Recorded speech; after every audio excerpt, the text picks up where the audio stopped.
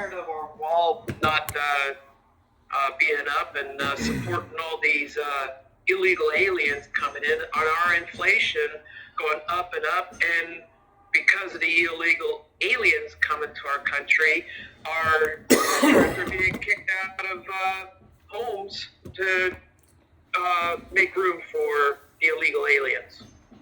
And I haven't chosen a politician yet. I haven't found one I like yet.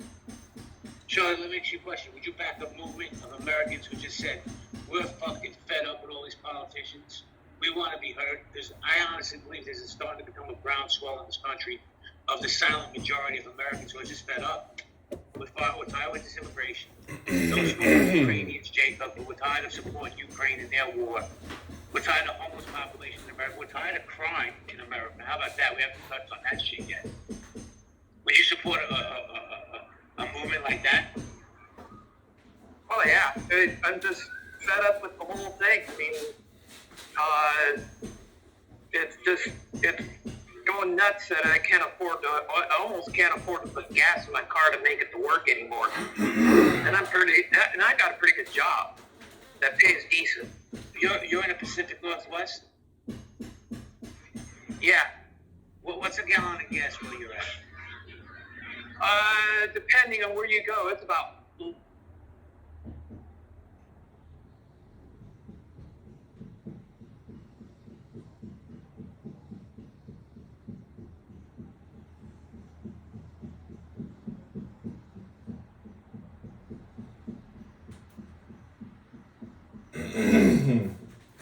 crazy.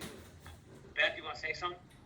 Yeah, I mean, and it's so ridiculous because they're coastal towns, right?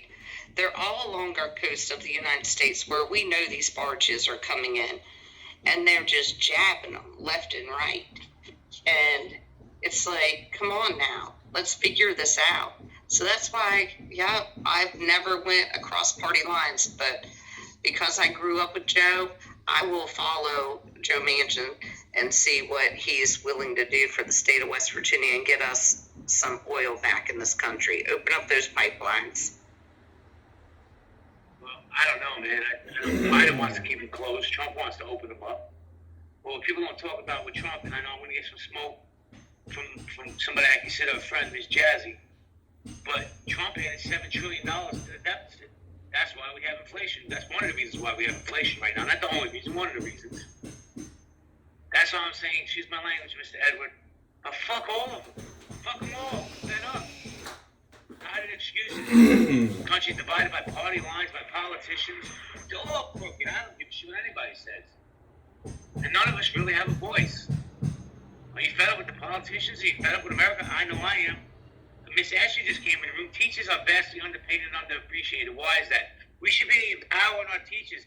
We could send our kids to the schools, but we don't empower our teachers. Why is that? Why are teachers so underpaid? Somebody said yesterday, they came into the room, I had a great room yesterday, and said that teachers get, you ready? They're paid $30,000 to $40,000 a year in Hawaii. One of the most expensive states to live in. How the hell are they supposed to live on $30,000 a year? That's ridiculous. We should be embarrassed. Well, Jay, you have to say, too, they still take money out of their own pockets to help fill up their classroom with utensils and things for their students, which is, to me, absolutely crazy. I get it, Beth. It's ridiculous. It doesn't make sense. And we get, listen, we watched that debate last night. I know most of us did. I could only watch 10 minutes at a time. And then I have to shut it off, and then I'd go back, and they'd still be screaming. And like I said, that debate last night was a clubhouse room with the worst moderators. One I couldn't understand. One was some British dude, and the other lady looked like Skeletor from He-Man. I'm keeping it real. I don't know what the fuck that was about. Nobody was, and the truth be told, nobody really answered the question directly. So, hey, Mr. DeSantis, what do you think about the deficit? He'd go on about Trump. Hey, Mr. Christie, what do you think about crime? He'd go on about Trump. And listen, can we get a better class of politicians in this country that really give a shit? I mean, the last politician I can think of that actually gave a shit about this country, the last two I can think of, one was Reagan and one was borderline maybe Obama. I know you guys aren't going to like to hear that, but that's how I feel. You know? Maybe Clinton? I don't know. but I want to welcome God to the stage. What's up, God? What up? The system is corrupt, the judges are corrupt, the lawyers are corrupt, the banks are corrupt, Big Pharma is corrupt, politicians are corrupt, the system is corrupt. Question authority and think for yourself. We all know that it's a giant fucking shit show. You know, shit rolls downhill. I just fucked up today. A judge ruled against me, and he, was trying to he's trying to seize my assets. He's trying to garnish my wages. He's, he yelled at me, and he repeated himself 4 times. But I think that if you can make somebody angry, you can make them your slave, and I rise up in conflict. So whatever this judge thinks is going to happen with my income, he has no determination when it comes to my income. God does. And on Yom Kippur, which we just came out of, the Day of Atonement, Rabboino Shalom, I am looking for vindication. I am looking for justice. I am looking for liberty. I am looking for the source of love. Thanks, Gab. All right, we're going to get back on topic. Are you fed up with the politicians? Are you fed up with America? I am. Yeah. Marcus, I got you, Marcus. I'm going to get you, I promise. I won't beat you all over, my friend. So, like I was saying, that debate last night was a joke. Donald Trump's up by 40, 50 points. I don't even know why they have a debate. All these people are backed by billionaires. How you doing, Ashley? I'm doing okay. I mean, I'm with you, Jay. Like, I don't even understand the point of a debate anymore. The answers are rehearsed, and the rehearsed answers that they have, they don't even match the questions being asked. And it just seems to be a screaming match. There's no decorum anymore. There really isn't even decorum or like a respect for the political offices anymore, right? They've all been bought and sold. And the way that these grown adults behave in office, it's embarrassing. And it's really hard to be an educator because you really can't even say like, wow, look at the respect you have to have for yourself and your peers when you become a politician or when you go up. Like, there are 0 role models for our kids in politics right now, like to look up to, just on behavior alone. Last night, there was like this meme going around to sum up that debate in one clip, and it was all 5 of them yelling, or however many there was, and then the host goes, "We can't continue this way, we have to go to a commercial break." Like, how are you grown adults on a stage? You know, that's just the way our politics is now. It's a screaming match. Nobody's listening. Everybody is just sitting quietly until they can respond. Everybody thinks their opinion or their point of view is better. And nobody really is willing to be bipartisan and meet in the middle. And now when you're a politician, you only serve the people that support you. You don't serve everyone. There was a time where you won something as a politician and you were working to pull both sides together, right? The people that like purple and the people that like green, and you were trying to meet in the middle so that, yeah, you might have won the green vote, but you really wanted to win over the purple and you really wanted your constituents to get along. Now our politicians are only serving that, the people that vote for them, and excuse my language, but fuck everyone else. And that's terrible because we're still citizens of that county, of that district, of that state, of this country. So I think in terms of politics, it's I don't know. There are no politics anymore. Politics has changed. So let me ask you a question, actually, as an educator, right? Because you're a teacher. Do you think as a teacher you have a voice in how education goes, or are you just part of a cog in the wheel? Just part of the wheel, part of the game. If I was just on the phone with my dad. If I really did have a say, I wouldn't be doing paperwork on paperwork to prove the paperwork, and I would just get to focus on the interventions that I need to for my students. Thank you for that, Ashley. With that, I'm going to go to Edward. Edward, what's up, brother? Jay, it's the best day of my life, sir. Thank you so very much. I know it is, and I know you're going to bring some sunshine to this conversation, but I'm fed up. So, yeah, get your sunshine now. Well, it's not just sunshine. I tend to think that all of us in America believe that our politicians are the answer. I thought, and I'm going to continue to think and believe, that we are. I know, not you, I'm saying in general, but a lot of Americans do. Okay,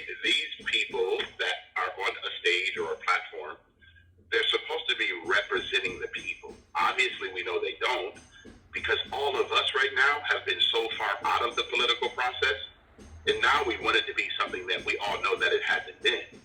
So the way I see it is this, which is very clear, that self-government is more important than any type of government. That's what our system is designed to be. I believe our current government is way too big. I believe that the Department of Education should be dismantled. I believe it should be returned to the states so that if the teachers who say that they have the teacher union, the teacher union have more money than Congress sometimes, they should be flipping this all over to make things really correct. Because see, if you have Major League Baseball having collective bargaining, why can't teachers have collective bargaining? They're smart enough to go do it, but they decide to have a union. So let's make sure we don't make everything the same. Because the way I see it is that everyone got into politics for themselves, not for the people. So I look at it, and my wife and I say this all the time. If I govern myself to the best I can as an American and do what I right as a citizen, it's not really up to me that people go to Sacramento, because I live in California, or go to D.C. and they become corrupt. That's that individual American choosing to do something that they know they shouldn't be, but they're still doing it. So I land there. All I can do, Jay, is make sure that I do the best I can as an American, love myself, love my family, and my neighbor, and I'm trying to be the best citizen I can be in this beautiful country. Thank you, Edward. I love my country. I'm just fed up with my country. I'm not looking to leave my country. I'm just fed up with my country. I'm fed up with the bullshit, with the crime, with the inflation, with the politicians and their bullshit, with that shit show that was last night, right? That's the best we could do? People screaming at each other? Well, we have loud... It's entertainment. Jay, it's entertainment. I just said it's entertainment. Hold on, Edward. I didn't interrupt you. I'm glad you think it's funny, because I didn't think it was funny. These people are running for the highest office in America, in our country. They're supposed to be representing all of us. I didn't think it was funny. I think it's actually embarrassing that that's the best we can produce. That there's actually going to be people in this country that are going to be dumb enough to vote for those morons. And that we're the morons that keep putting those people in place. So I'm a little fed up that that's what we put up there. Just my opinion. But with that, I'm not mad at you. You should be mad at me. I'm mad at the system. Jay, I know, but Jay, it's still funny, man. You know why? You got to say, listen, other good people, Jay, that you know in this country, they're not going to run. They don't want to be in the clown show. These guys are so far beyond. Hey, listen, they want to be in the clown show. They're the next level of life, man. They don't care about what's going on. You know that. I know that. It's okay. So, like my wife and I sit there, we said, you know what? Hey, this is what these people want to do for their life. They want to run for office. You know what, Edward? I disagree with you. I think people like myself stand up and say enough. And then we get other people like myself, and we gather, we say enough. We get better people up there of integrity and say, you know what? It's our country, let's take it back. Now, I'm not saying by force. That's not my game. I'm not one of these people stand behind the Second Amendment and say, let's arm up and then do an insurrection. I'm saying, let's have the conversation and say we had enough. Because here in Brooklyn, New York, you can only shove shit down our throat until we say we're full. And I'm full, man. What's up, Marcus? How you doing today? Yeah, hello. I agree with your perception of I'm in Spain. I'm German, but a U.S. citizen since 10 years. And so I lived 59 years old, most of my life in Germany, but the last 24 years in the U.S. So I have a little outsider perspective. So I do think, you see, I can retire in 2 years and just sail from the Bahamas to Miami and enjoy myself. But I would rather do something for this country. And I do have hope for us. And I do have hope for the United States. But I agree with you that we have to change something. And my biggest hope is, first of all, the key of all our issues, in my perception, is the dominance of money, the corruption. And so I would like to get involved with, I think we need a third party, a viable third party, which I think we have to change the voting system, which exists already in a few states, ranked choice voting, and we have to find a force or momentum for common sense to come back and get rid of and decrease the level of money in politics. And I think that's the key. And I would be happy to work for that. I would have more fun doing that than sail to the Bahamas every weekend. That's boring if you do that 10 times. Well, Well, Marcus, I love what you're saying, but here's the problem. We're going to be asking the same people that we put in office to change the system that put them in office. So they're never going to do that.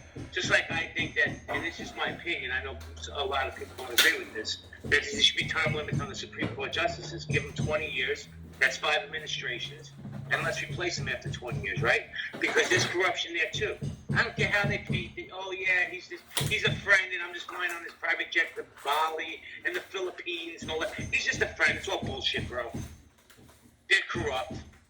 You know, anytime that human nature is involved with money, there's going to be corruption. That's a fact of life.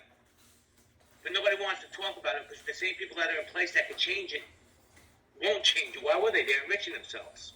Look at Nancy Pelosi. Hold on, Beth. Nancy Pelosi, before she became a congresswoman, wasn't even a millionaire. Now her and her husband are worth over $200 million. How's that possible, Marcus? Insider trading, perhaps? But that's not illegal for congressmen and senators. They're never going to change that. The mechanisms in place to change that have been sitting on somebody's desk for 10, 20 years now. They never voted on it. Just sitting there gathering dust. I like your idea. What are we going to do about it? I say we need to do something about it. With that, I want to welcome Amber to the stage. What's up, Amber? How you doing? I'm doing good. We're talking about the debate. We're talking about, are you fed up with politicians? Are you fed up with this country? What's going on in this country? Yeah, I'm fed up. And I think that the debate was horrible. I couldn't even watch it. I was looking forward to actually hearing a little bit from the people to see what I have to work with. And all it was a bunch of screaming. And I think that if that's what they have to provide for us as far as a debate, they might as well not have them anymore because it was ridiculous. I didn't get a thing out of it. I quit watching it. It was terrible. So, but is there anybody? I don't think that we picked these people. We haven't picked these people. They picked themselves. How did we pick these people on the debate stage? I'm not sure. Like, you know, they want to run for president, so they get up there and try to win. I don't think, so far, those people, we haven't actually voted for them at all, right? Oh, I get what you're saying. Like, the rich people that decided that they have enough money to run, and that's how you can run in this country. You can't run just because you want to make America better. You run because you're rich, and that's all there is to that. I don't know. We have to do something, Amber, besides just talk about it. They keep picking the same guys like Joe Biden, who's been in place, 50 years? 50 years? Well, they're rich. They have the money. There's nobody else that can compete. Like, I wanted to run for office in my state, but they have all the power, all the money, and you can't get anything from them. You know, so where are you supposed to start at? That's my point. Listen, I'm no fan of AOC, but AOC ran and she was a nobody. She beat an incumbent. I think a 10-term incumbent. And she had no money. She came out of nowhere. So I just want to throw that out there. Nobody even knew who AOC was, and she won. And now everybody knows who AOC is. So it's possible, Amber. Beth, you wanted to say something before I go on the Dragons?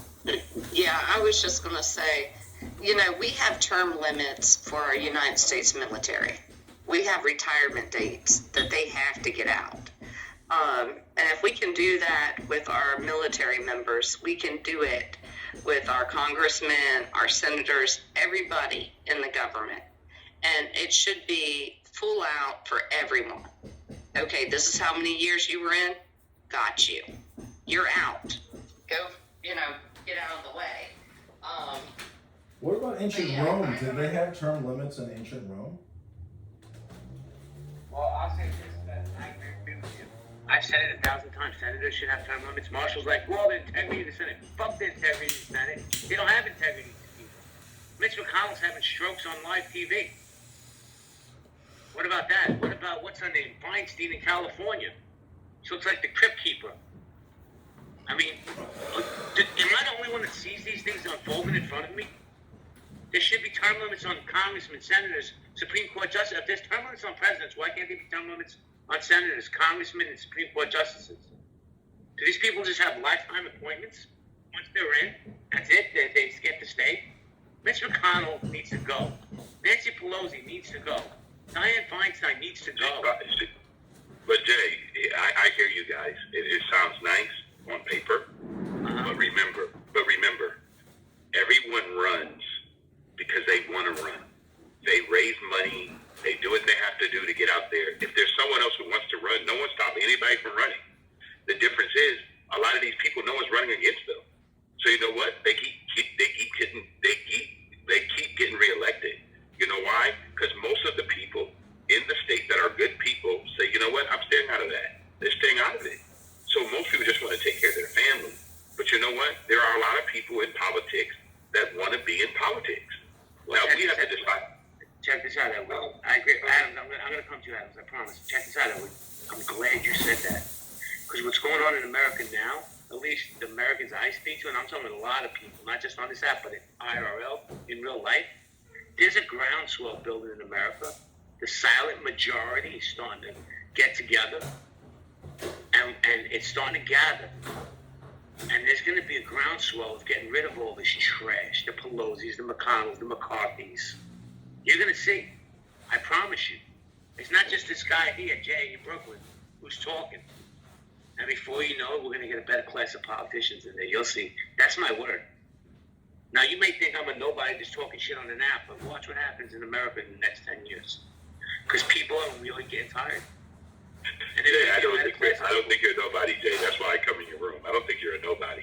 I think we all have a voice. I'm very realistic. My wife and I go to a lot of the political meetings in Orange County, California. Okay? I can share with you how the sausage is made and what's really happening. I know how it is. I go to plenty of meetings, Edward. I don't just stay on this app all day. I know exactly how the system works. Jay, I'm not disagreeing. But Jay, you and I, I agree. My wife and I doing everything we can. At the same time, Jay, there's not enough Americans who care enough that they really want to get involved in the flow. I disagree with you 100,000,000%. I think that's the problem. All right. Edward. Hold on, let me finish. Let me say what I have to say. That's the problem right there. And people say that because they're not in touch with the real Americans. I am. I think there's more Americans that just now starting to wake up to say, you know what? I'm fucking fed up, man. I'm getting involved now. Because I'm paying $5 a gallon of gas. I'm paying $8 a gallon of gas. I'm paying $5 for a dozen eggs. When it starts hitting home now, people are starting to wake up to that, Edward. The average American, let me tell you something, in the next 10, 20 years, there won't be a middle class. And now people are starting to wake up. When it starts impacting, when it starts hitting home, people are waking up. So I go to community meetings. I go to Democratic meetings. I go to Republican meetings. And I hear what these people are spewing. But I also, you know what I do? I'm part of my community. I'm part of other communities. I go around. New York, Texas, Florida. I speak to the common people because I am the common people.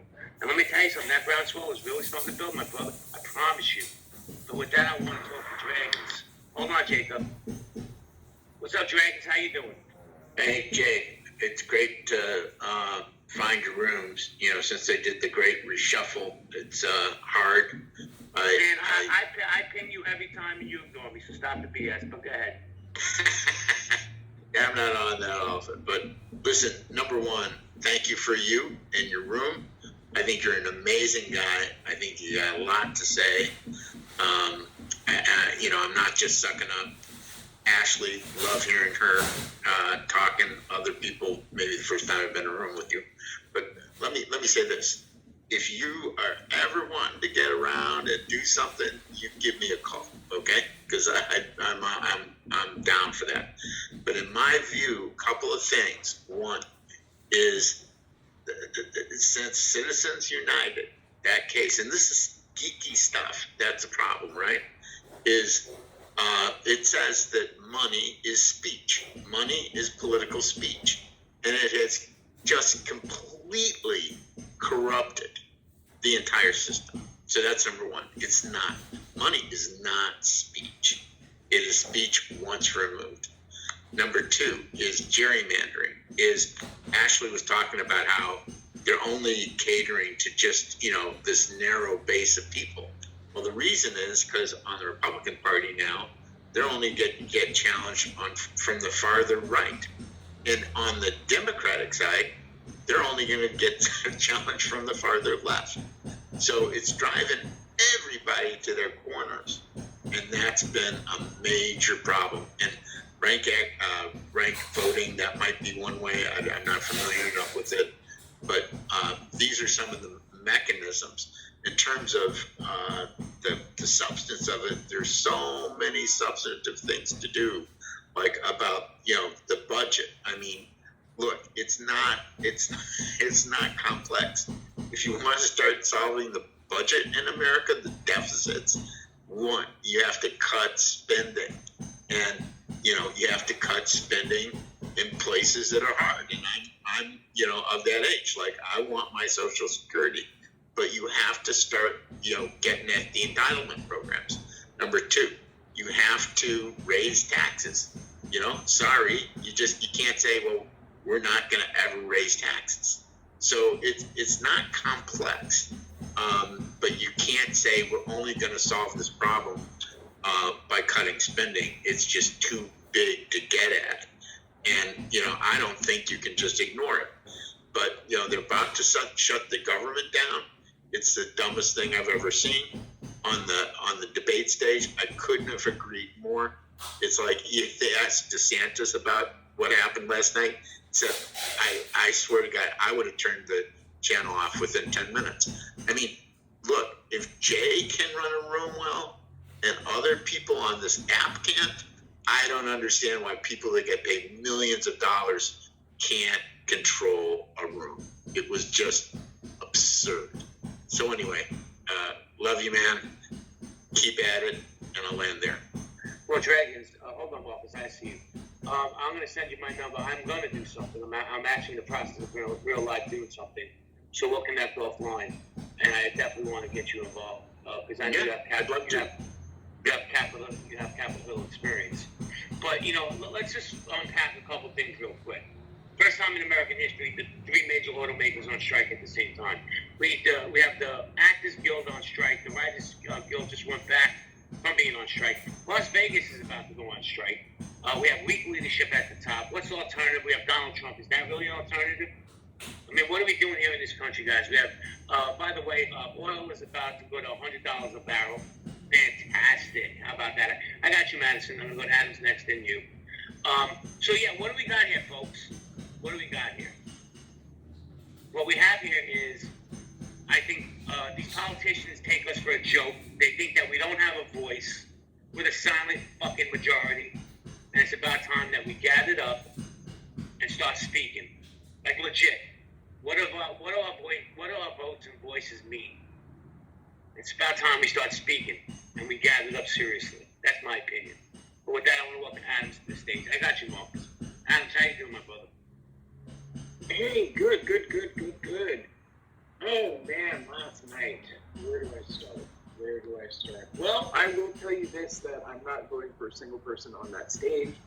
I think that DeSantis works for Florida, and he's doing well in supporting his, voters that voted for him.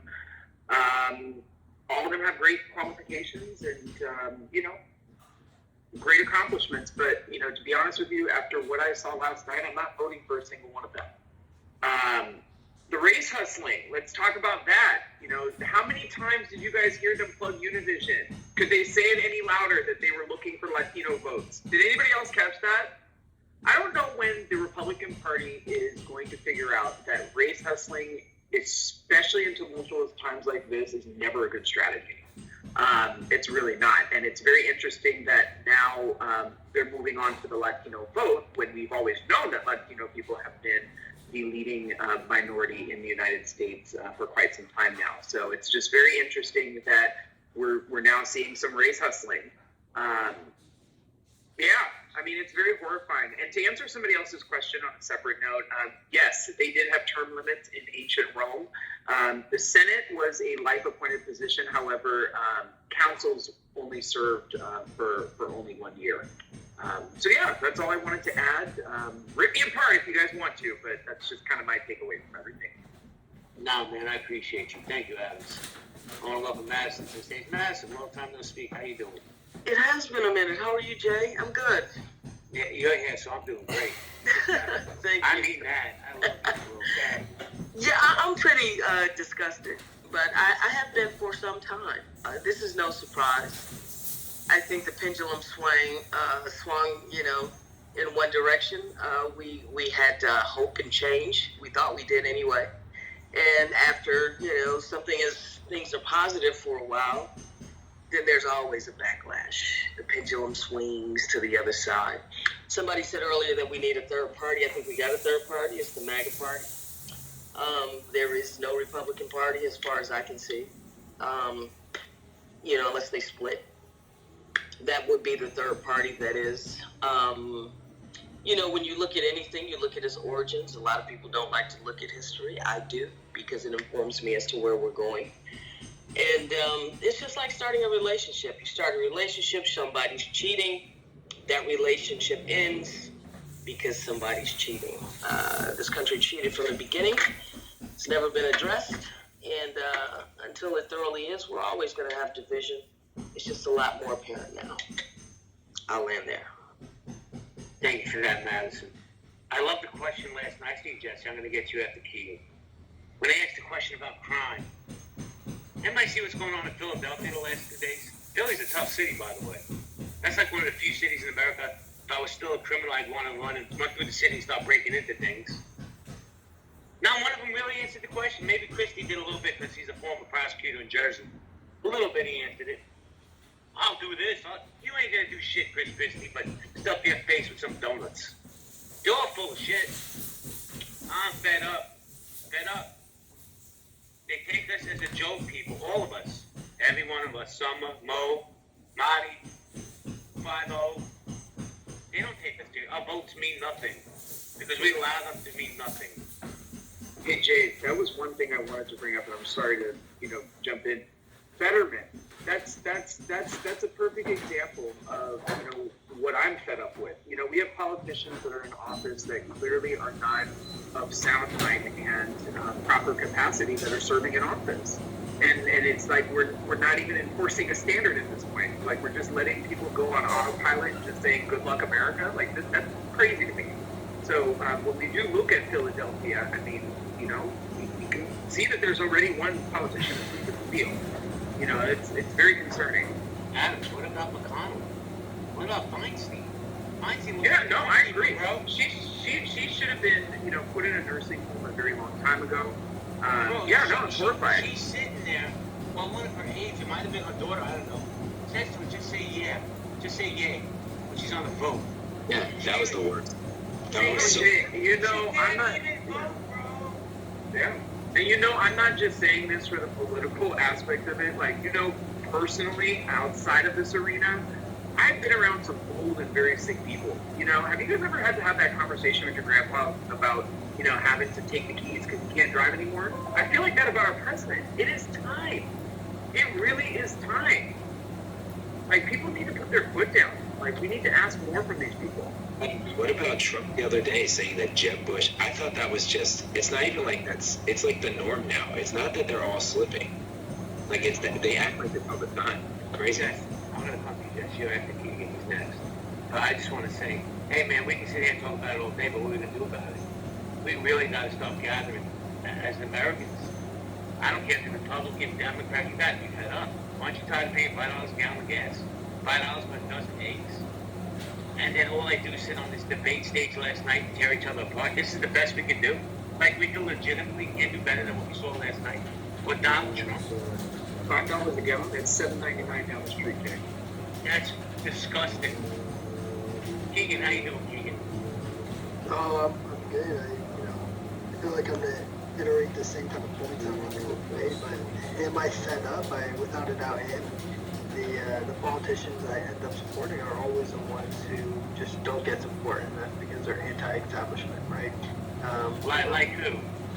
Well, like RFK Jr., like Vivek, even like Tulsi Gabbard, you know, and like in 2016, when like, you know, that was the first ever time I got a vote was 2016, and in the primaries, I was like, oh wow, like, you know, I'm 18 at the time. I'm like, oh my gosh, I love Bernie. Like, and Bernie was just because I thought he was anti-establishment, and then I ended up voting with Trump in 2016, and kind of declared what type of party I was going to go with. But I am someone who just, if you're going to be someone who speaks against the machine, you're going to appeal to me. And I feel like there are... Keegan, let me ask you a question. I'm sorry, I don't mean to cut you off, but you just triggered me sometimes, bro. I love you like that. Didn't Vivek say that Donald Trump is the president of the 21st century? He said that on the first debate. Didn't he say that? Yeah. And so you want to vote with that? I think that there is actual debate on whether or not that's true, right? We can be upset by the corrupt, by him, you know, being corrupt or whatever you want to say, but if we do look at those 4 years that he did, you know, he did do a good amount for immigration. He did do a good amount for the middle class. And so if we, you know, I understand. I want to ask you one more question. I don't know if you're talking one thing like, I want to get to Jesse also, but didn't Vivek also say climate change is a hoax? Okay, Jay, all you're doing is making me like this guy even more. Why? You think it's a hoax as well? You don't think climate change is real?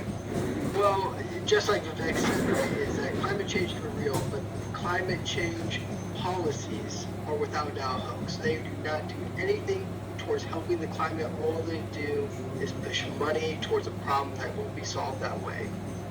And so I agree with the idea that if we think that we're going to solve climate change with lithium batteries and with wind farms, we got another thing coming, because and if we don't stop countries like India and China, it doesn't matter what we do. So, well, you didn't answer the question: is climate change real or fake? Just like that, climate change is real, but the idea of climate change agenda, that's the hoax. The hoax is that we as a U.S. think that we're going to do something by limiting the amount of fracking that we do, limiting the other resources like nuclear energy, instead try to focus on battery energy that does not work for cold, right? Like, I'm a mechanic, okay? I'm telling you right now, lithium batteries do not do anything in the cold. They have to be at good temperature or they will not last long, right? A lot of these Teslas, a lot of these newer Fords are coming out that I work on, these batteries don't last after a few years because of the temperatures. Not even just whether or not you're doing the right things with them. The environment is highly flammable too, right?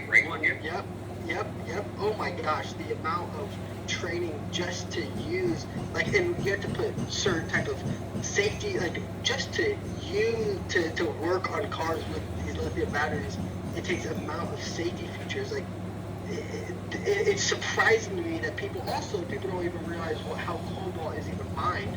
It's mined in some of the most horrific ways to the environment. So again, when the U.S. says climate change, all it is anti-American, it's anti-people. We are not helping the regular middle-class American when we say, here's what to do about climate change. Instead, we're just affecting our nation even more when other countries like India and China could care less about it. So that's the same opinion that Vivek has, the same opinion that I have. Okay, thank you for that, King. Jesse, what's up, man? So there isn't a single thing that any anti-establishment people that's saying what Keegan just said that is anti-establishment. The position that you just gave has been the establishment position since the 80s. To say we're never going to change it and therefore we should double down on what we already do, that is an 80s establishment thing to say. And so it is, I think my concern isn't that Vivek is establishment. It's that he is convincing people that he isn't establishment. The guy went to a prep school. The guy's entire background isn't even a rags to riches story. His story is not some kind of crazy, tough Dickensian novel. This is a dude who was born already into prosperity, claiming that he knows how to build prosperity, and then spouting stuff from 1980. I mean, he to me, and the same thing's true for RFK. RFK is a Kennedy. What do you mean he's anti-establishment? He's literally from one of the most establishment families of political times. So this thing that these politicians do, this includes Trump, and it includes like AOC as well, right? So I'm going to hit on everybody here. They are saying, I'm not establishment, and then they are repackaging an establishment position, and then everybody just eats it up. There's nothing about Vivek Ramaswamy that isn't establishment. The guys that don't wear class, like, Jesse, if I can help you right now, I'm sorry, that's what I say. Yeah. yeah, no, I mean, it is. It's just so, I mean, the debate very much showed it too. That's the thing that really disturbed me, is that you know who's establishment by who's posturing the most as anti-establishment. And I mean, you have DeSantis, who doesn't know how to interact with human beings. I mean, the guy might be an alien. Like, he has no idea what he's doing up there. You got Chris Christie, and he wasn't even on my bingo card. Like, what do we do? Like, not even what are we doing? The Republican Party has no plan. And it seems to me that they're rudderless. And the Democratic Party has, like, 3 ideas that they recycle. And when I have to choose, I'd rather choose people that understand their shitty plan than people that are like, we'll figure it out when we get there. And that, I mean, that's a personal, like, preference. But I would say, like, this anti-establishment thing is just, it comes from a place that I'll never understand. Because RFK, anyone with the last name Kennedy, is a well-established political family. And I just can't, I don't buy any of it. So, I mean, I'm just scared that people are going to think, because they say edgy shit, they're anti-establishment. That wasn't true for Trump, who might be one of the most establishment people. It's definitely not true for Vivek Ramaswamy, and it's definitely not true for RFK. Well, hold on, guys. I'll give King a chance to come back, and then we're going to have him. But before we do that, I just want to say, Jesse, everything you just said, I've been saying. So when they say Trump is going to drain the swamp, bro, he's the fucking alligator in the swamp. He has been for years. He's been friends with the Clintons for decades, friends with the Cuomos for decades. So I don't understand how he's going to drain the swamp when he's the alligator in the swamp. Look ahead, Keegan. Yeah, again, I understand what Dusty's saying, is that Kennedy's from a establishment family. Again, his family, just so everyone knows, the Kennedy doesn't like, RFK is not liked by his own family, right? His own family has disavowed him. They don't like his rhetoric. When I say they're anti-establishment, it's when they're going against the military industrial complex system. They're going against pharmaceutical companies. They're going against, I mean, you could say, oh, fracking has been the establishment since the 1980s, but they're going, I mean, the whole DC movement is against fracking right now. So again, that is anti-establishment when the establishment is saying, this is the way we want to move, and the other one says, no, we're going the opposite way. So the only thing I would say, and Keegan, you might want to explore some of his positions a little. Like, I would suggest stop reading or listening to the interviews he's doing, because his interviews mean nothing compared to the platform that he's posted and some of the positions that he takes and some of the bills he says that he would like to see. His response to everything, not just RFK, this is Vivek Ramaswamy too, is basically, fuck it, the market will figure it out. That is the most establishment thing you could say since 1960. Fuck it, the market will figure it out is simply like that. That's what I mean. I don't care if he's liked by his goddamn family. I really don't. My family doesn't like me, and I'm as establishment as they are. It's one of these things where we have to be realistic. What he's putting on the table as a response isn't even universal health care anymore. What he has said is the market will return. Which family are you guys talking about? You guys get distracted by the Kennedys, and I would know. You guys need to be paying attention to the Skakels. His mother is a Skakel, Ethel Skakel Kennedy. The Kennedys had less money than the Skakels, and guess what? The Kennedys, the Skakels, were invested in coal mining and oil. So people need to be paying attention to who these people are involved with, and stop paying attention to the glorified name of the Kennedys. Do you know what I'm saying? It's not. It's who these people are related to as well, and still are related to. Yeah, but this is the thing too: is people don't realize that marriage happened, and all of those people ran and are consultants, and all of their nieces, nephews. So this thing where RFK is unpopular within his family is a talking point he's brought up himself as like a really shitty cover. It's not a good enough cover for me.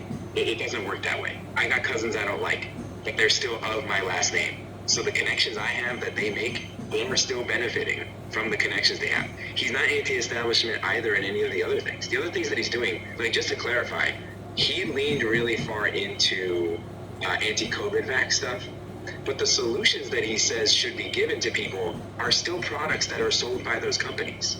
If you have someone that claims that ivermectin is effective, And whether or not you agree with that is a different thing. But if they try to sell it to you, ivermectin is still made by a gigantic pharmaceutical company. This isn't like a startup made for ivermectin. Like, it's not like he's brewing it in his basement and selling it at a cut rate. Like, these are still establishment people that represent corporate interest. And I would just say anyone that thinks that Ramaswamy is better or even more on the fringe, he isn't. The guy's in investment capital. There couldn't be a more establishment position to be in. Like, I don't get it. Yeah. Yeah, well, let me do a quick reset. Community conversations, collaboration. Are you fed up with the politicians, with America? How we keep voting these ass clowns in? I am. Fucking guys are clowns. The ladies are clowns. Last night's debate. I tell you another thing I noticed. Mike Pence's time has come and gone. Why he's even on that stage? He has zero chance. He looks so out of place. He looks so uncomfortable. Nobody's paying attention to him anymore. It's just my opinion. I think Americans fed up with him and all those other ass clowns up there. That's what I think. But you're entitled to your opinion. You can vote for Trump. You can vote for RFK. Any of these guys, these outsiders. We're really insiders. RFK Jr. His last name wasn't Kennedy. He wouldn't be even running. That's the truth. So, if anybody wants to go, like to flash your mics now. Yeah, Marcus. Yeah, I think it starts with language. Words create reality. If we can cultivate that right now, right here, Jay, to abstain from the extreme left and the establishment, and get rid of government, focus on the reality, on the real issues. I think the same thing we lack so much in our public discourse, because we are driven by these slogans, they don't meet the reality. I could give you many examples. If it's abortion, if it's immigration, where they don't answer questions because nobody wants to talk about the reality. I mean, the reality is complex. It's colorful. It's not black-white. It's a balance. It's rebalancing. There's no silver bullet. No, this is always right. This is always wrong. It's about, and when you start doing that, integrity will grow. And we need an incentive to grow integrity and not just money on short-term gain. Well, thank you for that. Well, let me just say this. This is my opinion, man. And speaking to other Americans, right? I only obviously speak to myself right now. We love to say as Americans, we have the strongest military in the world. And all this money on military, right? Why don't we use the fucking military to control our border? Put the military down there. And I never thought I'd ever say this because I'm not a Trump supporter. I don't want to bash the man because there's enough going on in his life. But maybe he was right. Let's build the fucking wall to get the military involved. I'm not saying invade Mexico. We've done that before. Let the military control the border and build a goddamn wall. Because this immigration down there is ridiculous. On the cover of the New York Post today, you got pictures of immigrants coming into the country taking selfies as they cross the border, taunting us. People dying of fentanyl because it's coming from across the border. Not coming from Canada, not coming on boats in Florida, maybe it is, but I don't know. They're coming right over the border, Mexico into Texas. Can we do something about that, people? Let's use our billions of dollars and build a wall. We spent, I don't know, I heard $76 billion, $106 billion to Ukraine. Take a couple of those shekels and build a fucking wall along Texas and Mexico. That's what I say. I hope Ukraine wins this war. Let Poland, let Germany, let France, let them start kicking into Ukraine. My opinion. What's up, Eradicate? How you doing? How you doing, man? Are you fed up with the politicians in America? Are you fed up with America? Sorry? I'm definitely. They're fed up with the politicians. The whole political theater, all of it was quite disappointing. Even the fact that, every time it comes to election season, I always think, so is this the best and brightest of America? Does this really represent quote unquote American exceptionalism, the people that's being paraded in front of us. But then also there's a lot of fault too with the voters, because unfortunately a lot of us, kind of play into the games, and we just, are led, I feel like a lot of times, by I can't say emotions, but it is like that across the board. It's not really married to either party. It's just that, and I say it because the politicians know this because of what they present and consistently talk about. Like what you just, we keep talking about. I hear about the Ukraine money being spent, and you just say redirect it to the wall. So, okay, so you want to do something with immigration as a politician, right? And so instead of you talking about some talking bite, some sound bite, just to get your base or your supporters all riled up, break down how you would bring forth this wall, how you would fund it, what would that look like? I mean, stop playing and saying, oh, we're going to do this. How? I mean, you're supposed to be a leader. Explain your plan. But I don't feel like a lot of Americans really want that kind of candidate. They just rather have these characters. And I've been saying a lot lately. If I want to be entertained, I'll watch something on Netflix, right? I don't need to be entertained by my politician. I don't look for that at all. But I feel like, because maybe we've always been like this, but there's a small theory that I have that the reality show culture kind of makes this like one big reality show to a lot of people. And that's what it feels like. But I'm like, if they're leaders, then, be clear, concise, succinct, whatever the words are, and present forth your plan. But no, we get sound bites and little warm fuzzies and this silliness of attacks. So yeah, I'm tired of all silly. I could agree with you more, man. I see you, Miss Madison. I'll get you in a second. Then I go and find out, because I'm not the sharpest guy in the world. I pay attention that a lot of this money, a portion of this money that's going to Ukraine is to help the small businesses over there. Wait, hold on. Our money is going to Ukraine, not just for the military and to keep them from being invaded. It's going to keep their small businesses afloat. So we just basically extended our PPP system to Ukraine. We have businesses failing here in America. Restaurants going out of business left and right in New York City who can't get fucking anything from our government, but we're supporting businesses on the other side of the world. And then Tim Scott, that ass clown, is like, no, they're alone. Let me tell you something. They're not giving us a fucking dollar back. They don't get it. Well, if they win that war war's gonna end in the stalemate. They're gonna broker peace somewhere down the road. Ukraine's gonna stay on its own. Hold on, Jacob, I see you. And we're not gonna get a fucking dollar back from these people. And all that's gonna do is stoke on inflation over here again. It's gonna go higher and higher. And by the way, the housing market in America probably within the next 12 to 24 months is probably gonna burst. Yeah, how about that? So, what are we going to do, Americans? Ms. Madison, you wanted to say something? I'm going to go to Jacob. Yeah, I was just going to respond to the border and Sentinel. Well, it starts there because, excuse me, we have so many red herrings. I mean, all of the raw materials that are made for fentanyl come from China into Mexico, and we don't approach that as chemical warfare, which is exactly what it is. But like I said, there's so many red herrings. We talk about the border and immigration, but we don't say anything about visa overstays. If we're going to be a country of regulations and laws, they should be instituted across the board, no matter who it is.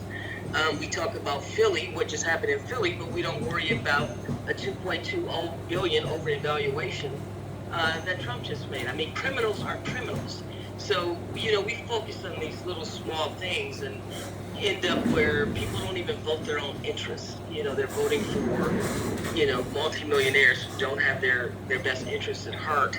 And in terms of also, we talked about term limits, but I think there should be age limits. There are age limits on CEOs, on pilots, air traffic controllers, all kinds of people that are in these important professions that you have to have a certain aptitude and a certain capacity But if you're damn near the leader of the free world, you can be 80 years old, and that's just crazy to me. In terms of Ukraine, it's obviously a proxy war for us. Yeah, there's a ton of money going over there, but nobody's worried about what Putin is up to because he's got his hands busy. And I think that that's the strategy behind it. I'll land there. I just want to say really quick, this Ramaswamy wet dream that Republicans are winning right now, you need to let it go. That man is lying through his teeth, okay? Did you guys not hear his stance on the transgender issue? The man is invested in biomedicine and pharmaceuticals. You don't think that he's going to change his rhetoric the second that he gets into office? Have you ever seen somebody invested in oil run for political office for the Green Party? You guys really need to wake up. That man is conning you.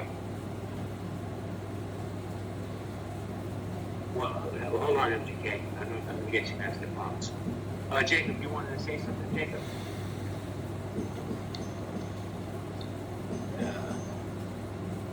Okay, yeah, so I was gonna touch on Ukraine.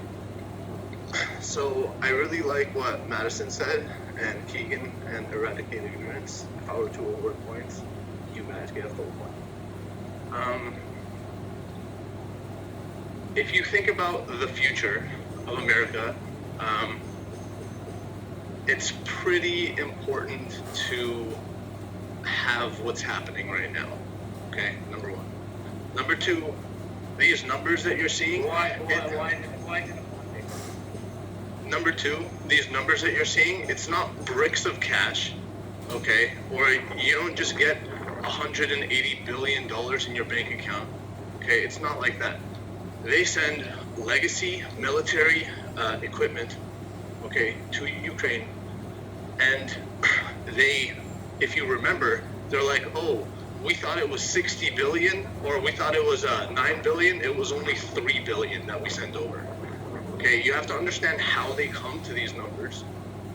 Okay, and yes, I do agree from an American perspective. Yeah, take care of stuff at home. Absolutely. If you can't run your own household, you know, you shouldn't be out and about doing other stuff. But at the same time, sometimes things take precedence and priority. And that's it.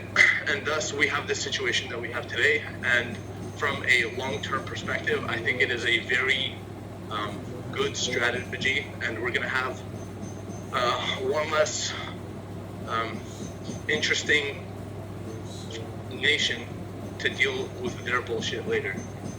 And we can focus on other stuff and move on to other, you know, Jacob, why is it one? Why is it one? Why is it a one though? Why is it a one though? Well, if you don't think it's important by now, then, you know, I'm not here to convince you, okay? No, I understand that if he went to Ukraine, he might go into Poland, he might go into other NATO nations. Yeah, like you've seen this type of thing before. You've heard the story before, right? Yeah, I understand what was mentioning, and I understand all that. And I also might consider allowed. I can live on what abouts and ifs and all that other stuff. Yeah, and that's why we're actually, you know, implementing actual, real action. You know. But Jacob, check this out. You think not what ifs. Yeah, I know. Ukraine had how many years to prepare for this invasion? How many years? Prepare with what? We gave up our fucking arms. Okay. You gave up your arms, but we've been supporting you guys for how many decades? How many decades? Militaristically, only fucking pretty recently. Okay. And thank you for that. And with 5% of your budget, we will take down your fucking biggest enemy or your second biggest enemy. You're fucking welcome. Oh, you're doing us the favor. You're not just having entitlement that I can't stand with Ukrainians. Like you're doing us the favor. We don't need you, you need us. But you see what your war is doing, because you have sense of entitlement, you're arrogant. It's fucking up our economy. My tax dollars is keeping you free, remember that. Yeah, 5 cents of your tax dollar. Okay. Remember that. Okay, 5 cents. Your gratitude is appreciated. I have a right to say something. I have a right to feel how I feel. I like to know where my money goes. I work for my money. It's not handed to me like it's handed to the Ukrainians. See, that's the sense of the time, and I don't appreciate Yeah, that. thanks for tossing us a fucking Thank nickel. Watch what we do with it. I don't know. First, that nickel left 230 million people. And I see what you No, he just said that has to do with the judgment of that case, and this has to do with the petition revival, and therefore I will tell you for the fourth time that this has nothing to do with this case. I am now reviving this petition, and then we move on to the next case. But he said that he didn't have the motion. He didn't have the motion to dismiss, that he never received it. And then actually Markov, that attorney, never said a fucking word. he let me be my own worst enemy. What I should have, in hindsight, I should have said, "Hi, Judge, I'm a disabled veteran.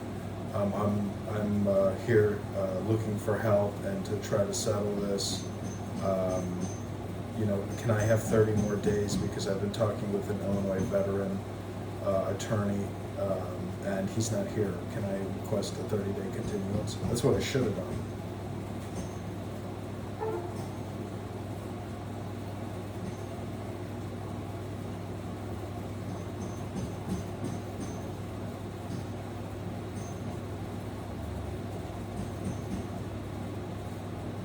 That's what I said. I recorded. They tell you on the Zoom call that you can't record it, but I recorded it privately.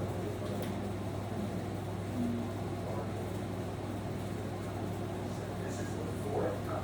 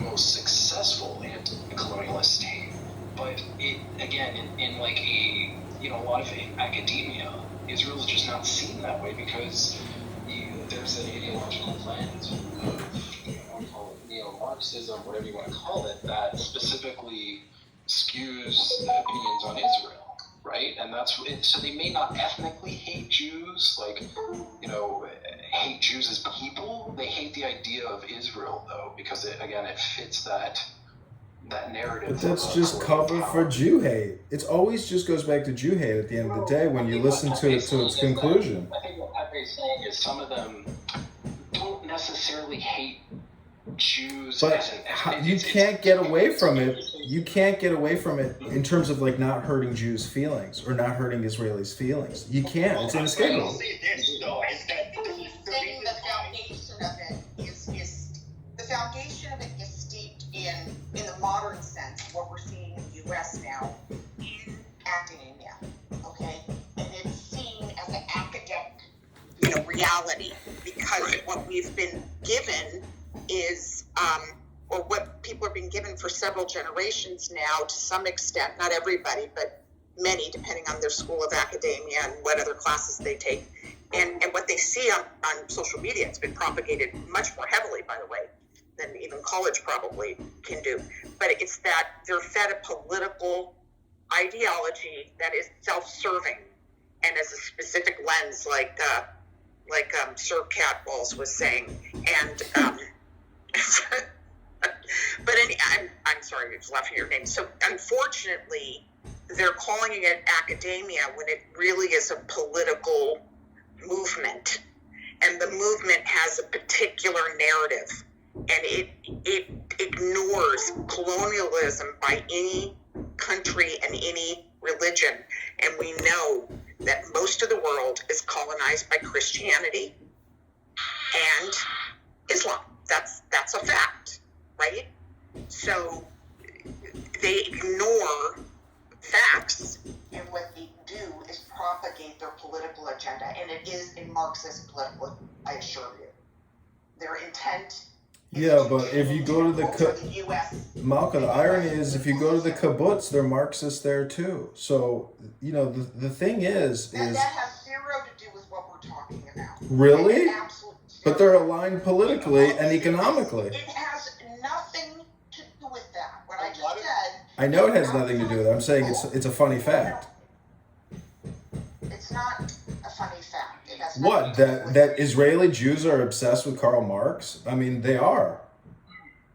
But what you're missing is that why are you resorting to this kind of antagonism? It has nothing to do with this. Malka, we're talking about a phenomenon in the U.S. Malka, 1 second. God, I'm Israeli. My children in Israel, my grandchildren in Israel. I served in the IDF most of my life. You sound British. Nobody. God, do me a favor. Shut up when I'm talking. Oh, fuck off. You talk. Oh, fuck you. You're out of here. Fuck off.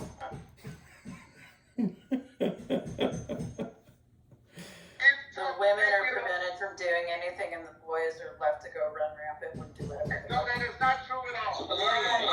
Lying. What you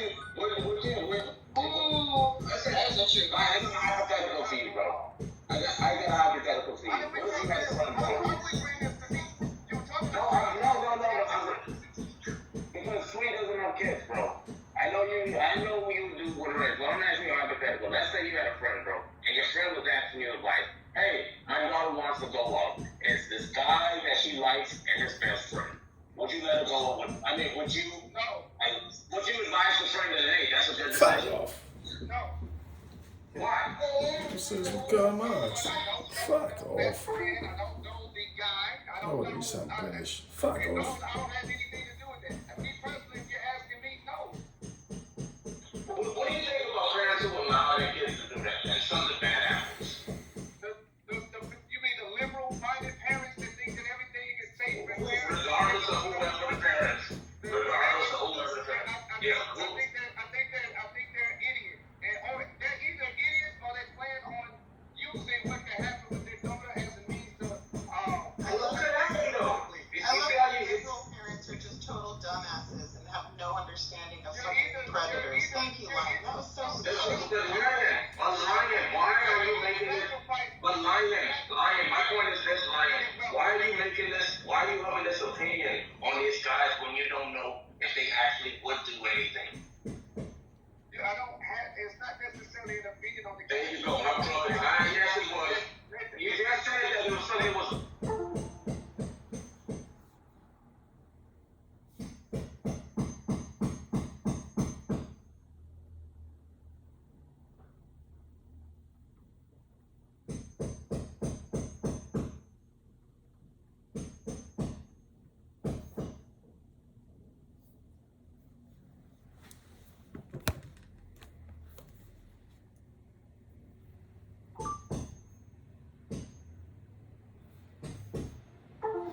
What up, Grace? Welcome to Kennedy, USA.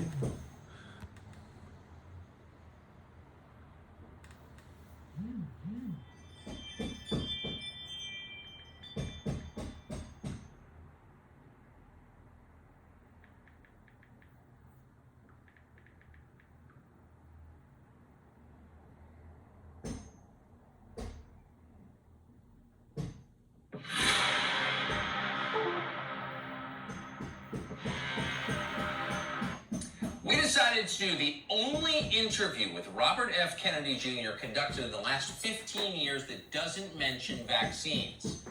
But if you're interested in why we have found ourselves at war with Russia, or who killed his uncle, President Kennedy, and why, it's worth watching. Bobby Kennedy Jr., thank you for joining us. So I noticed when you showed up, even on the road for weeks, you had no Secret Service with you, which is a little weird given that your father was murdered while running for president, as you now are. Why wouldn't you have Secret Service protection?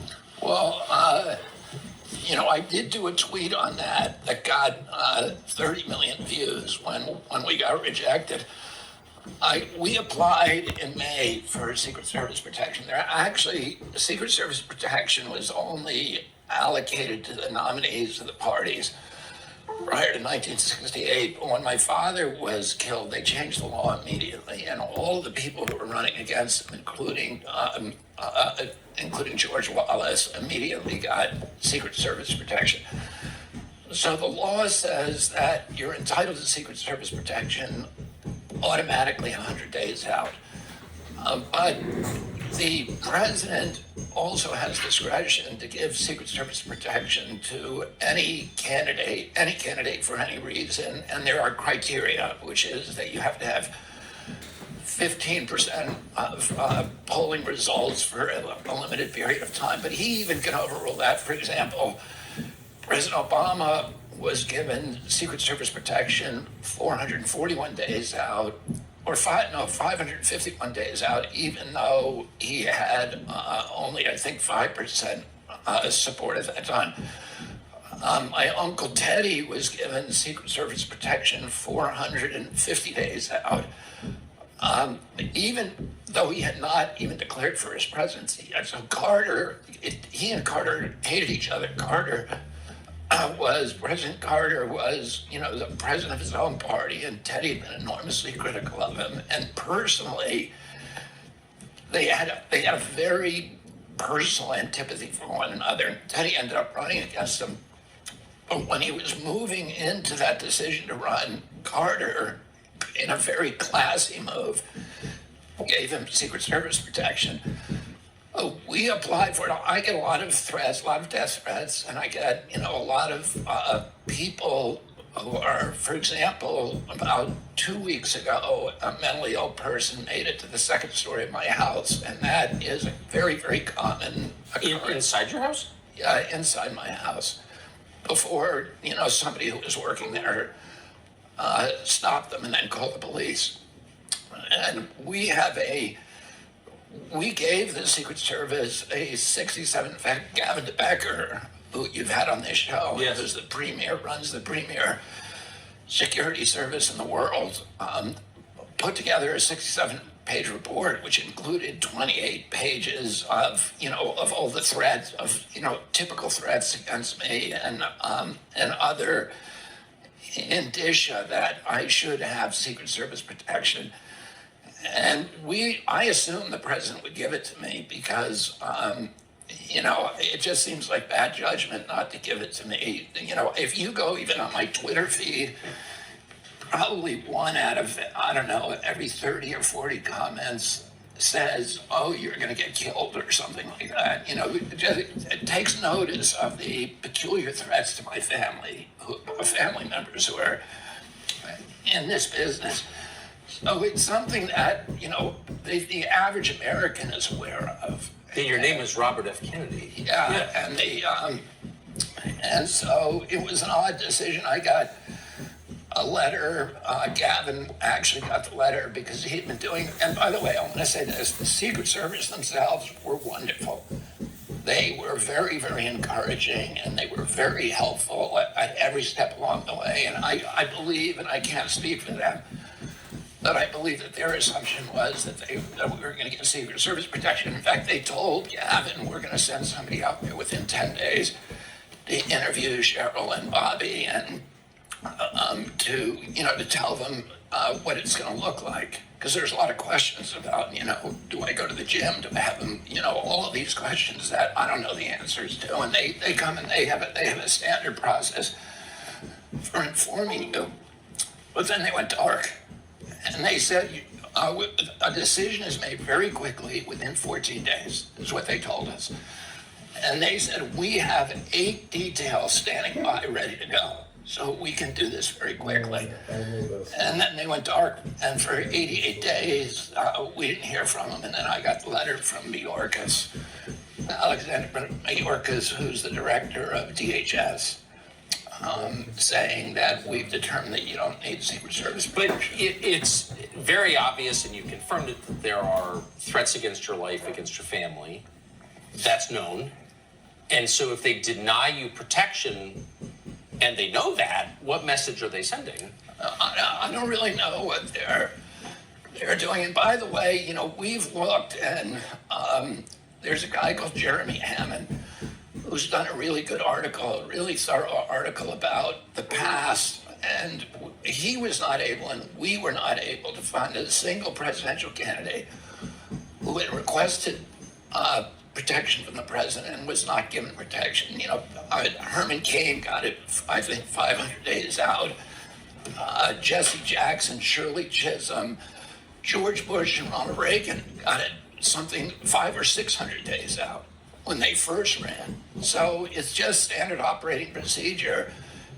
And particularly people who are polling around anywhere over 15%, which I have been for 4 or 5 months now, are regarded as it's been treated as pro forma. And I am the outliner. I'm the single outliner that we could find that was denied Secret Service. Why do you think that is? I think I think the DNC is playing hardball.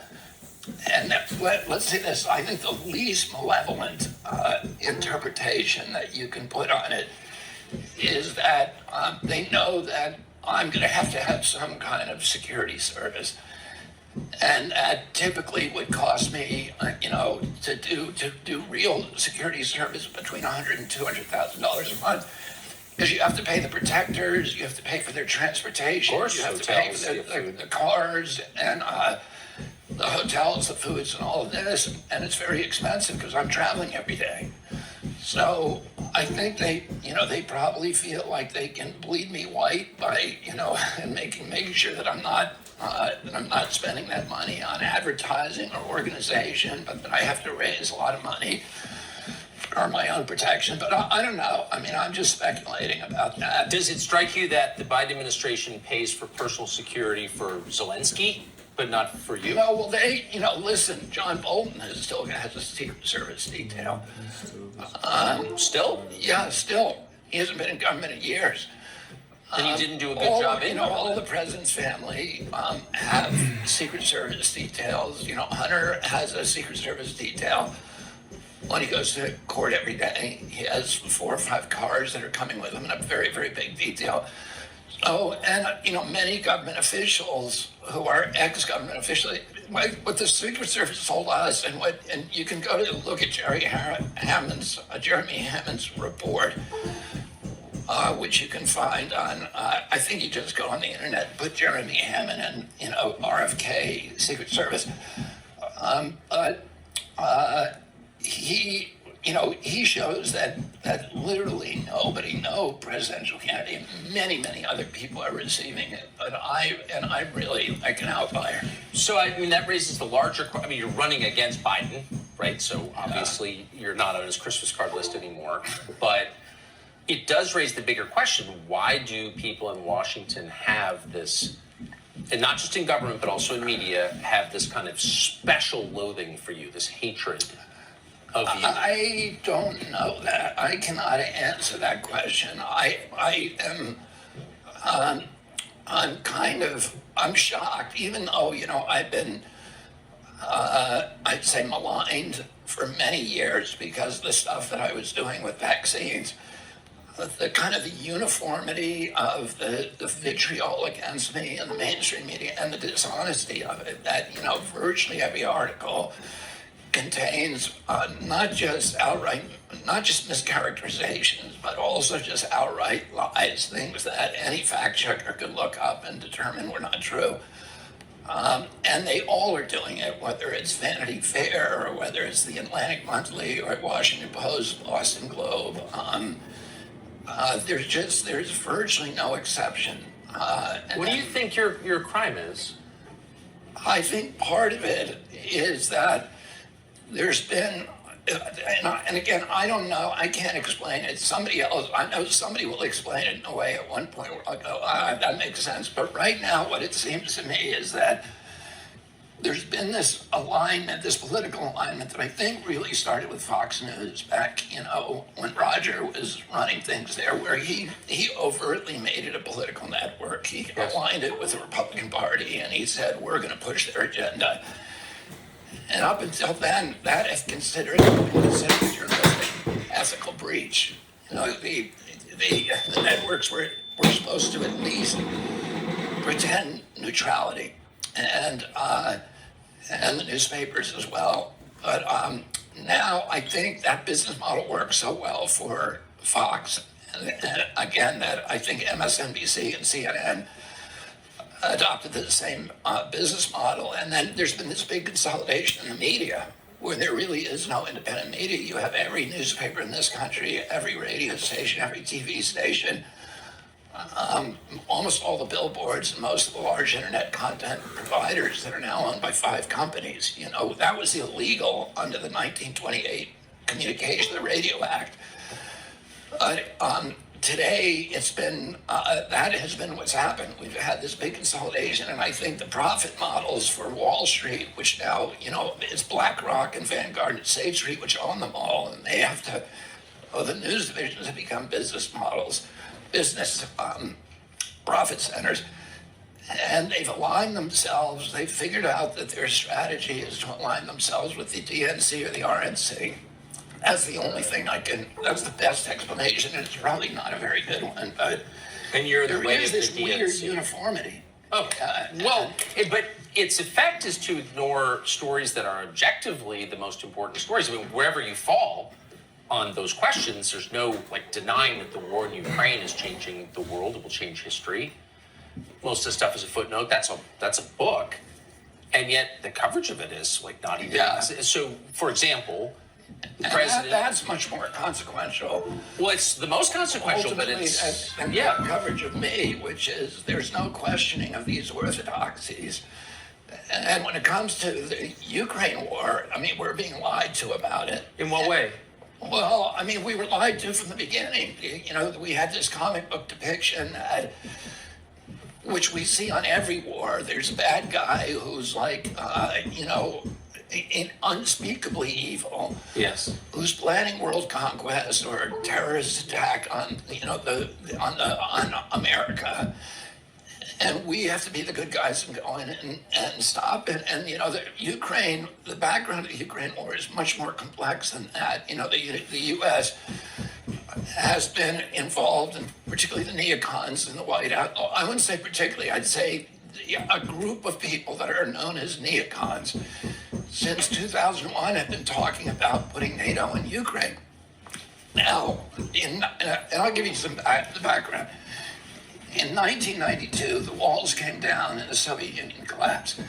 Gorbachev went to Tony Blair and to President Bush, who were the UK and US presidents at that time, and said, I'm going to do something extraordinary that basically is going to have the rest of Russian history branding me as a traitor to my country. I'm going to withdraw 400,000 Soviet troops from East Germany, and I'm going to allow you to reunify Germany under NATO troops. So you're going to move NATO troops, a hostile force, into our barracks and our bases. I'm going to do that. And the only commitment I want from you is that once I allow Germany to reunify, to become part of NATO, that you will never move NATO further to the east, because we're going to now release all of these Soviet states that were part of the Soviet Union. They're going to become independent states, and we don't want NATO moving into those. And James Baker, who was the Secretary of State at that time, famously said, we promise that we will not move NATO 1 inch to the east. So Gorbachev now did that, and he's now, despised in Russia. And then in 1996 and 1997, so 5 years later, Zbigniew Brzezinski, who was the first kind of the father of the neocon movement. The neocons represent in a sentence is that they were a group of people who believed, and Donald Rumsfeld and Jonathan Yu and Paul Wolfowitz, Robert Kagan, Victoria Nuland, who's now at the top His wife, State Department official. Their belief was that the U.S. had won the Cold War, and that victory gave us the privilege of dominating the world using our superior military unipower status and our superior military status for the next century. So their principal blueprint document is called Project for a New American Century. In other words, America would own the 21st century. So Brzezinski says, okay, we should start this process by moving NATO into all the former satellite states. Well, and this was in 1997. At that time, George Kennan was still around. Now, George Kennan, as you know, was the principal architect of the Cold War containment policy. He's arguably the most important, most respected diplomat and statesman in American history. He said, if you do that, you are going to provoke a violent response from Russia. They cannot live with NATO on their borders. They cannot, any more than we would live with a Soviet alliance in Mexico and Canada. At that time, Bill Perry was Clinton's Secretary of State, and Bill Perry said, if you do this, you go forward with this plan, I'm going to resign, because it's so foolhardy. You are forcing Russia into a violent military response. And the U.S. ambassador to the Soviet Union at that time, who is now the head of the CIA, said the same thing. It's the worst mistake America can make to move NATO to the east. So we went ahead and did it. We moved it not 1 inch, but 1,000 miles, 14 countries, and then we put nuclear-ready missile launchers, Aegis missile systems, which are made by Lockheed and can take Tomahawk missiles 12 minutes from Moscow. We could, in 12 minutes, decapitate the entire leadership of Russia. And we put those in Poland and Romania, and we then tried to move it into Ukraine, NATO into Ukraine. So you remember when my uncle, when Russia put missile systems, nuclear missile systems in Cuba, and my uncle would have had to invade, he was able. The reason Russia put them there then is because we had put nukes, Jupiter missiles, in Turkey and Italy. My uncle and father made a secret deal with Ambassador Dobrynin, where they said to him, look, we understand you're angry. You cannot live with Jupiter missiles in Turkey. That's why you put your missiles in Cuba. If you remove your missiles from Cuba within 6 months, we will remove ours from Turkey. But nobody says what the deal was. And that's what happened. So now we're back, and we've again put, nuclear-ready missile systems along right next to Russia. And now we want to go to the one thing that Russia has said, and Putin said again and again and again, this is a red line. Before Putin, the Russian leadership was saying it is a red line. You cannot go into Ukraine. The Russians have been invaded 3 times from you. Our country's never been invaded. The Russians were invaded 3 times through Ukraine. The last time they were invaded, Hitler killed between 20 and 40 million Russians. Hitler killed 1 out of every 7 Russians. In my uncle's speech to his most famous speech in American University in 1963, in July of 1963, he said to the American people, he said, we are all taught we won World War II, but we didn't win World War II. The Russians won it. And the sacrifice they made to destroy Hitler was beyond anything Americans can imagine. He was trying to tell the American people, you have to put ourselves in their position, understand what they're doing. And he said, a third of the country was leveled. Every city, the forests burned, the cities were leveled, the forests and fields burned. Imagine if that happened from the coast, the east coast of the United States, to every city, forest and field from here to Chicago. That's what the Russians put up with. So we have to understand this, that Ukraine is a red line. The invasion came through Ukraine, and they can't live with it. It's a security issue for them that is almost beyond our comprehension. And so, we've had... so that suggests the point is war with Russia. The point was war with Russia. And in fact, the neocons said that again and again, and Biden, when he was and let me get back to that, okay, because that is absolutely true.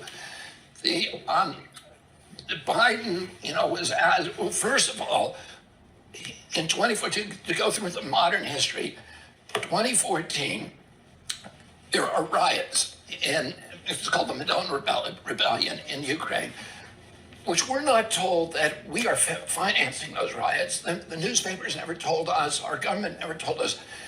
USAID, which is a CIA front, put $5 billion into funding those riots.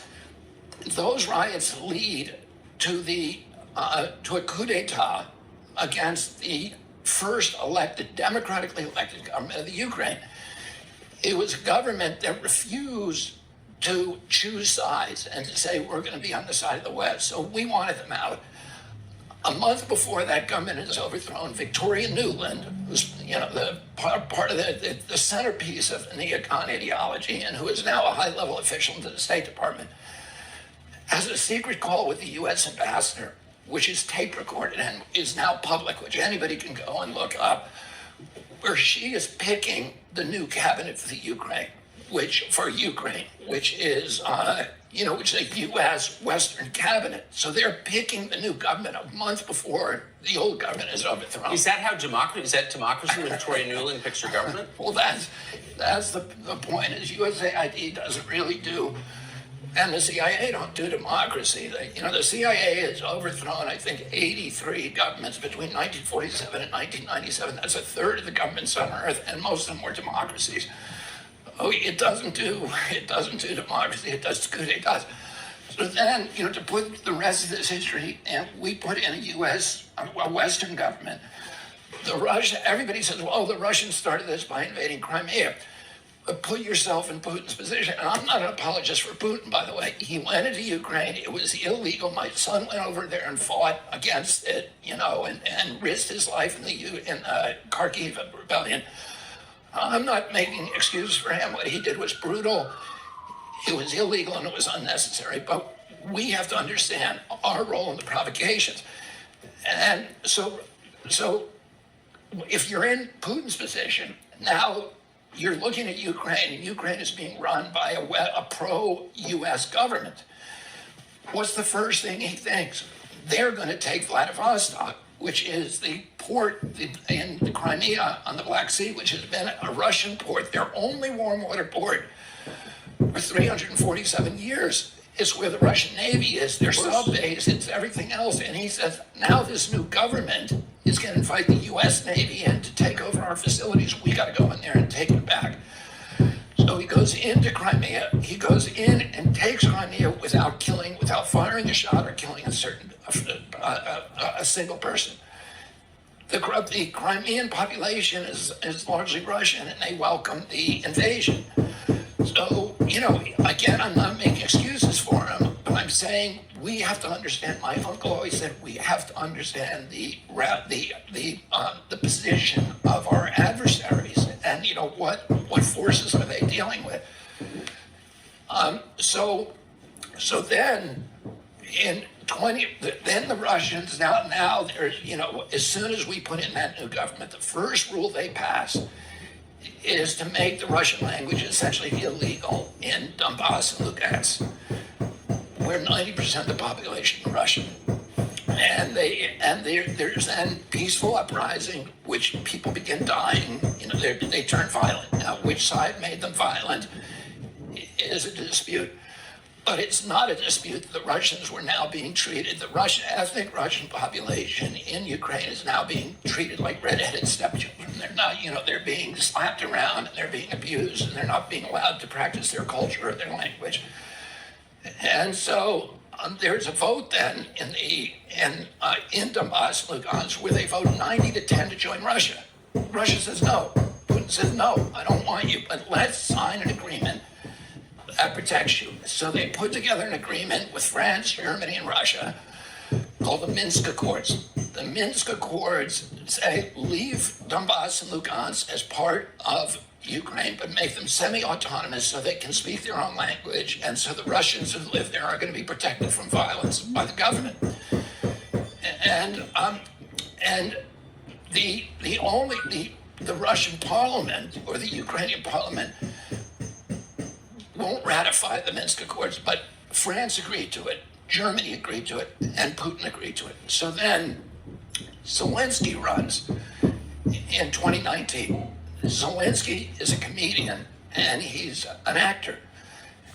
And I'm not saying that in a derogatory way because my wife is a comedian and actor, but I'm saying it because here's a guy with no political background who wins the election with 90% of the vote. Why did he win the election? He won the election because he ran on a peace platform. He ran promising that he would sign the Minsk Accords. He gets into office. The minute he gets there and he's told everybody, I'm going to sign the Minsk Accords and settle the peace with Russia, he suddenly pivots. And we don't know what happened, but the rational assumption is that the U.S. government told him he could not do that. So the Victoria Nuland and Anthony Blinken and April Haines, who's the DNI, Director of National Intelligence, told him you cannot have a peace with Russia. Plus, people within, ultranationalists within Ukraine told him if you sign that, we're going to kill you. And a lot of people say, anyway, they threatened him with death, and that is pretty well documented. Then Russia invades. But Russia only invades, and so we say, oh, look, Putin is trying to take over Europe. But they only send in 40,000 troops. I think there's 3.5 million people in Kiev, so they clearly did not want to take the country. He clearly wanted to bring people to the negotiating table. He did not send in enough troops to take all of Ukraine. So So then, and Zelensky comes to the negotiating tables, and we now know this, and this is recent information. In March of 2022, Zelensky and Putin agree on a peace agreement that's based upon the Minsk Accords. It's like Minsk Accords 2.0. And Zelensky initials it, the Russians initial it, and Russia begins withdrawing its troops from Ukraine. And what happens? President Biden sends Boris Johnson over there to torpedo the agreement and make Zelensky tear it up. And then we go to war, 350,000 Ukrainian kids are now dead. And 40 or 50,000 Russians. So, and that month, April is when they signed it in March. April, Boris Johnson was sent over there to torpedo it. And that month, Lloyd Austin, who was the Secretary of Defense under Biden, is asked, why are we at war in Ukraine? And he said, our purpose in this war is to exhaust the Russian army and degrade its capacity to fight anywhere else in the world. That is not what they're telling us. But did they? And Biden that month says, when he's asked about the war in Ukraine, he says, our purpose is regime change in Russia. So again, that has nothing to do with Ukraine. What that means, the Ukraine is a proxy in essentially a struggle between two superpowers, between Russia and the United States. And, we've now committed $113 billion over there. And just to put that in perspective, the total budget of EPA is $12 billion. The total budget of the CDC is $12 billion. We're sending $113 billion over. When Mitch McConnell was asked, how can we do this? When you're cutting food stamps and cutting Medicare, cutting food stamps to 30 million Americans, cutting Medicare to 15 million Americans, but they're not going to have any health insurance. How can we send 113 billion over there? If we had that 113 billion here, we wouldn't have had to cut one food stamp payment. And he said, well, don't worry, the money's not staying in Ukraine. It's all coming back to military contractors in the United States. Well, so that's interesting, because then you look at, who owns those military contractors, and you see who gets on CNN to pump up the Ukraine war. It's a bunch of former generals and colonels and Pentagon people, but if you go in, and CNN never, and MSNBC never do this, but if you go look at those guys, they're all people who are working for Raytheon and General Dynamics and Boeing and Lockheed. So they're generals, but they're not identified that, they're actually working for the military contractors who are cashing in on the war. And then, those military contractors in turn are owned by three companies. All of them are owned by three companies, by BlackRock, State Street, and Vanguard. And the inflation that from printing the money to fund the war, to fund the 16 trillion we spent to fund the lockdowns, the COVID lockdowns, $8 trillion we've spent on these wars since 2020, all of them losing wars, all of them that made our country less safe. Look at what this war is doing. We have pushed Russia into the embrace of China, which is the worst foreign policy outcome imaginable. It is not good for the national security of our country, and we're now have Putin's back to the wall. Well, Putin is the world's leading nuclear superpower. We aren't. He's got 1,000 more nukes than we do, and their nukes are much better than ours. They can shoot down our nukes. We can't shoot down theirs. Oh, we are going up against we are provoking a confrontation that could very easily lead to nuclear war. And I've talked to. Wait, can I ask you to pause here for a second? Yeah. Everything you've said is checkable and rational, and you're extrapolating out toward the future, which is easy to envision. I don't really see. I don't understand how our policymakers aren't reaching the same conclusions you just reached. They think that war with Russia is a war we're going to win. We cannot win this war. Yeah, of course. So what are they doing? I don't understand. It would be like Mexico beating us in a war. They're not going to let the Ukraine. They cannot lose this war. And anybody who thinks Russia is not up to the war, go look at the Netflix documentary on Stalingrad and look at the sacrifice that Russians are willing to make. Putin today, we thought this was going to hurt him. He's more popular than he's ever been. All the U.S. polling firms show him polling at 90% popularity, and in Russia. In Russia, among the Russians are supporting him, and he also, we were going to break him with the sanctions. We did the opposite. We made him more powerful. He's now insulated from the trade and the international banking system. He's now got this great trade agreement with China. He's now, engineering the creation of BRICS, which has 40 leading nations around the world turning against the U.S. currency as a reserve currency and adopting his petrol currency or the Chinese currency. That is the worst threat to the United States. That will if we lose that status as the world's reserve currency, the Great Depression will look like a cakewalk. So I agree with all of that, and all of it. Your position to my ears sounds moderate and obvious. I just don't understand how the Secretary of State, how the president, how his competent advisors can't have reached the same conclusions. Like, what are they thinking? Unfortunately, I think, and I share your sense of mystery about that, but I don't. Because what you're saying is not crazy. It's not like some far out theory.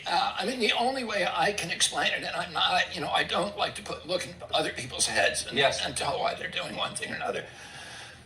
But President Biden has always been a very pro-war president. And, he was the one senator that stood out supporting the Iraq war, my uncle and Obama and many, and, Hillary also. But Biden has always been a reliable, gung-ho, let's go to war guy. And so I don't think, to the extent that he's thought this all through, I think it follows, it's consistent with his historical instincts.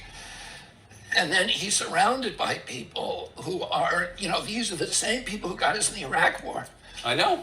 Look at what happened. Let me go through what happened in Iraq, just for, give me 1 minute to summarize we were tricked into Iraq by the neocons, who told us that Saddam, who had something to do with World Trade Center, which was a lie, that he had planted the anthrax attacks that came 5 days after the World Trade Center, which was a lie. That turned out to be, the intelligence agencies of the U.S. military at Fort Detrick. That anthrax, the FBI found, came from Fort Detrick. So it was somebody in the U.S. government who sent it to Patrick Leahy and Tom Daschle, who were the two senators in the week after 9/11 who were trying to block the Patriot Act. And it shut down Congress, and the Patriot Act went through. And and then they told us. Wait. Really? Yeah. Yes. And the FBI, after a year of investigation, traced the anthrax. It was a kind of Ames anthrax that was weaponized. And the only source of that in the world could be the U.S. government. And they traced it to Fort Detrick. So the biolab there? Yes, the biolab at Fort Detrick, the CIA biolab at Fort Detrick.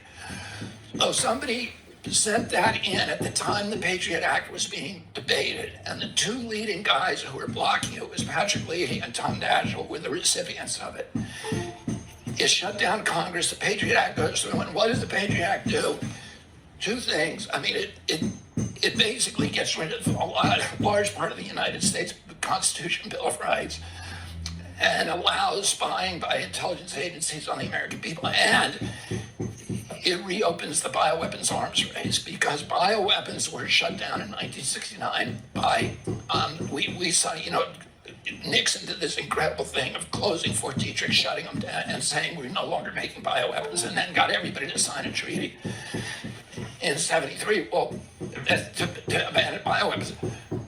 The Patriot Act has a provision in it that says we're not walking away from the Geneva Convention, which makes it's a hanging offense to develop bioweapons. We're not walking away from the Bioweapons Charter of 1972, 1973, but we are adopting a new rule that any federal official who violates those acts cannot be prosecuted. So it reopened, it effectively got rid of a crime without a punishment. But anyway, anyway, I forgot where we. So let me add, it's an interesting segue, because Toria Nuland kind of blithely announced during congressional testimony last year that, oh, by the way, we have these biolabs in Ukraine. Yeah. And that was kind of ignored, and the people who covered it got attacked for covering it. But the fact remains there are U.S. biolabs in Ukraine. Why would we have biolabs in Ukraine? We have biolabs in Ukraine because we're developing bioweapons. And those bioweapons are using all kinds of new synthetic biology and CRISPR technology and genetic engineering techniques that were not available to previous generation. And they can make frightening stuff. What happened was, when we walked away from, when the Patriot Act reopened the bioweapons arms race in 2001, the Pentagon began putting a lot of money into bioweapons, but they were nervous at that time because if you violate the Geneva Convention, it's a hanging offense. And they weren't sure that provision in the Patriot Act would actually hold up as a loophole to treaties that had been ratified by Congress. So they were nervous about actually going full force into bioweapons development. So they transferred the authority for biosecurity to one agency in the HHS called the National Institute for Infectious and Allergic Diseases, run by Anthony Fauci. So Anthony Fauci got all the responsibility for bioweapons development. He got at that time a 68% raise from the Pentagon in order to do that work.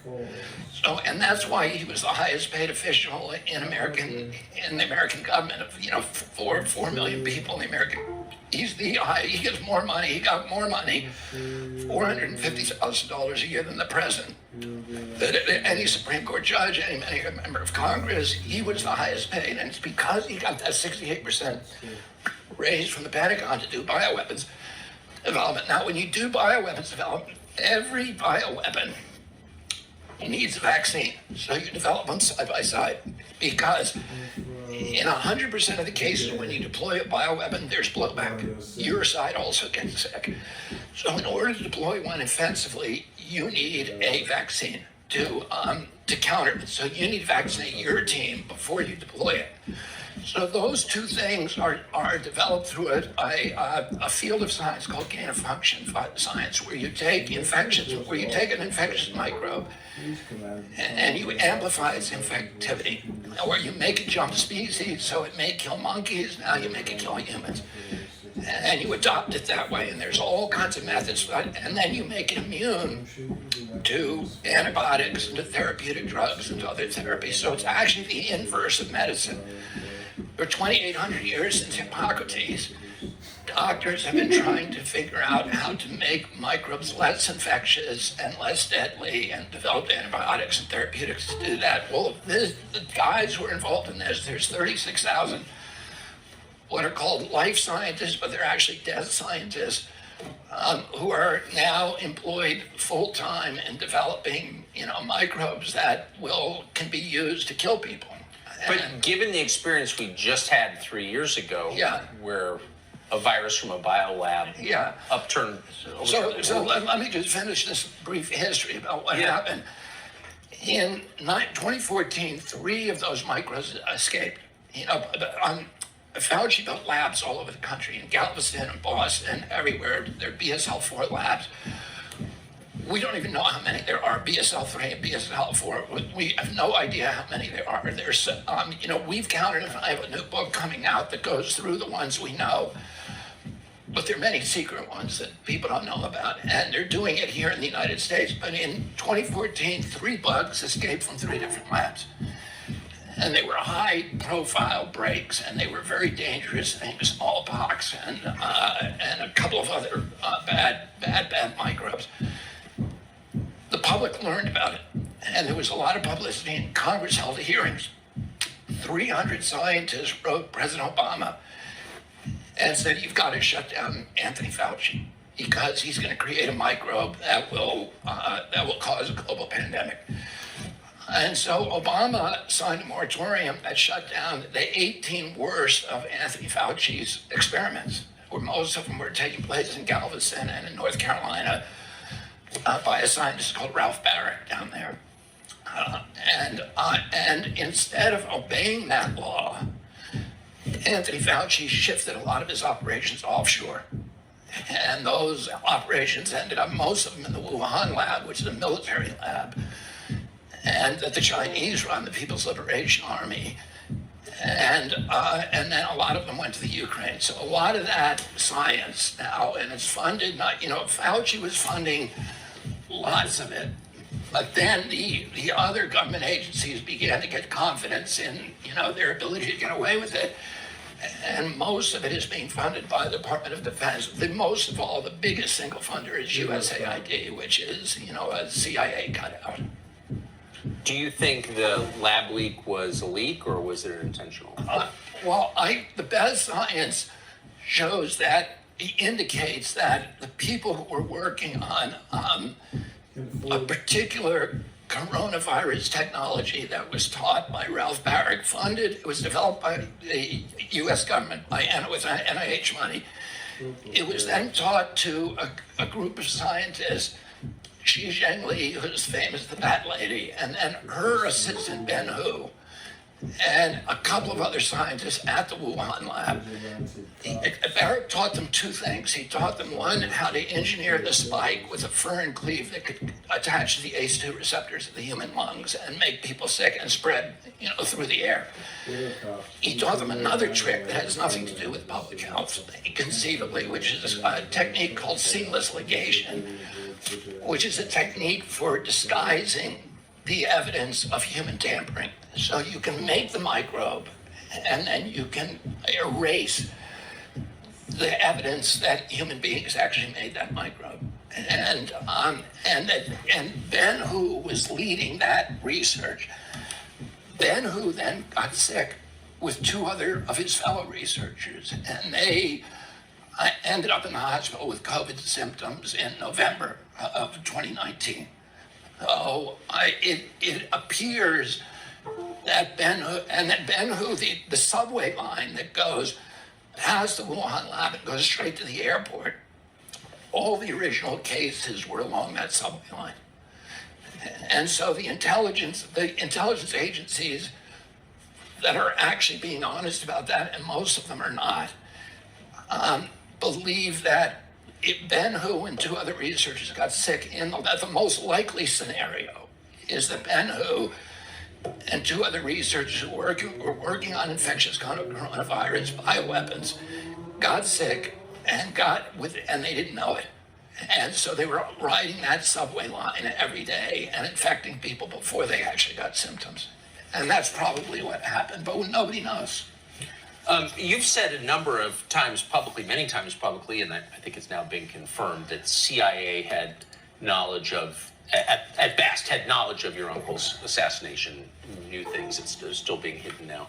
What do you think, and that's obviously true, what do you think the motive was in that killing? Well, I think the people who were involved in it, the specific people who were involved in it were almost all associated with the Miami station, which was the largest CIA station at that time. It was basically, it was the Cuban station. And the people who were involved in that station were people like Bill Harvey and David Atlee Phillips, who was clearly involved in my uncle's assassination. He was, by all evidence, he was Lee Harvey Oswald's handler at the CIA. And then E. Howard Hunt, who made a confession, David Morales, who is the chief hitman. He ran the Operation Phoenix program in Vietnam. He killed 10,000 people, civilians over there, murdered them. And he also gave a confession of being in Dallas. And then there were, most of the people were associated with Cuba, and the impetus came from that group of people who were angry at my uncle for not sending an air cover during the Pigs invasion, and then even more so after the 1962 Cuban Missile Crisis. My uncle then developed this friendship with Khrushchev, And he shut down all of the Cuban attacks by Alpha 66 and these other groups that were harassing Cuba. They were sinking ships, sinking Russian ships. They were operating flotillas out of South Florida and doing raids on. And my uncle and father sent the Coast Guard down to confiscate their boats and their weaponry and to arrest the ones that continued to do it. And those people, those individuals, were also have been traced and tracked to the assassination, over the years. And they're now. There's been, there's millions of documents. I mean, but why not release all the what doesn't make sense to me is why not just admit it now? I mean, no one you describe is still alive. There's no living everybody now, all virtually. So why wouldn't Biden declassify these documents? I don't know why, and why would Trump not try? I agree. I know why Trump wouldn't, because he was convinced by Mike Pompeo not to. So, and it's not an excuse, but not, Yeah, but we don't know what Mike Pompeo said to him. No, but that's the point. What could possibly the law be requires them to do it. So the JFK assassinations law required that all documents be released by 2017. Yeah. And yet they refused. So they. But it suggests that there's about 4,000 of them. That are left, and you have to assume. And again, I try not to talk about things that I cannot document. Right. But I think it's a fair assumption that they're not protecting individuals; that they're protecting some institutional interests. What's the most powerful institution in America? Well, I don't know. I don't know.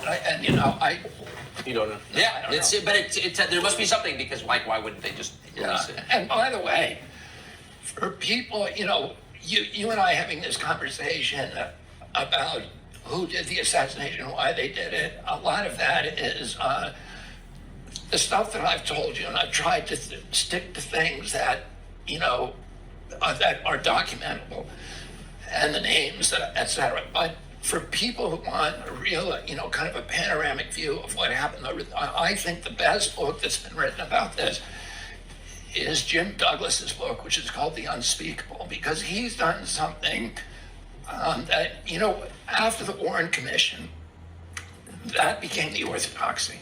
And the New York Times and all the major news organizations have enforced that orthodoxy, and anybody who challenged that orthodoxy becomes a conspiracy theorist. And in fact, in 1967, the CIA sent a letter out to a telecom out to all of its Operation Mockingbird people, which are all the assets it had in the American press, more than 400 people, editors, senior writers in the American press, saying, from now on, anybody who questions the single gunman theory of the Kennedy assassination should be characterized as a conspiracy theorist. So they didn't coin the word conspiracy theory, but they popularized it with that memo. They sent a memo out to all their stations saying that talk should be discouraged.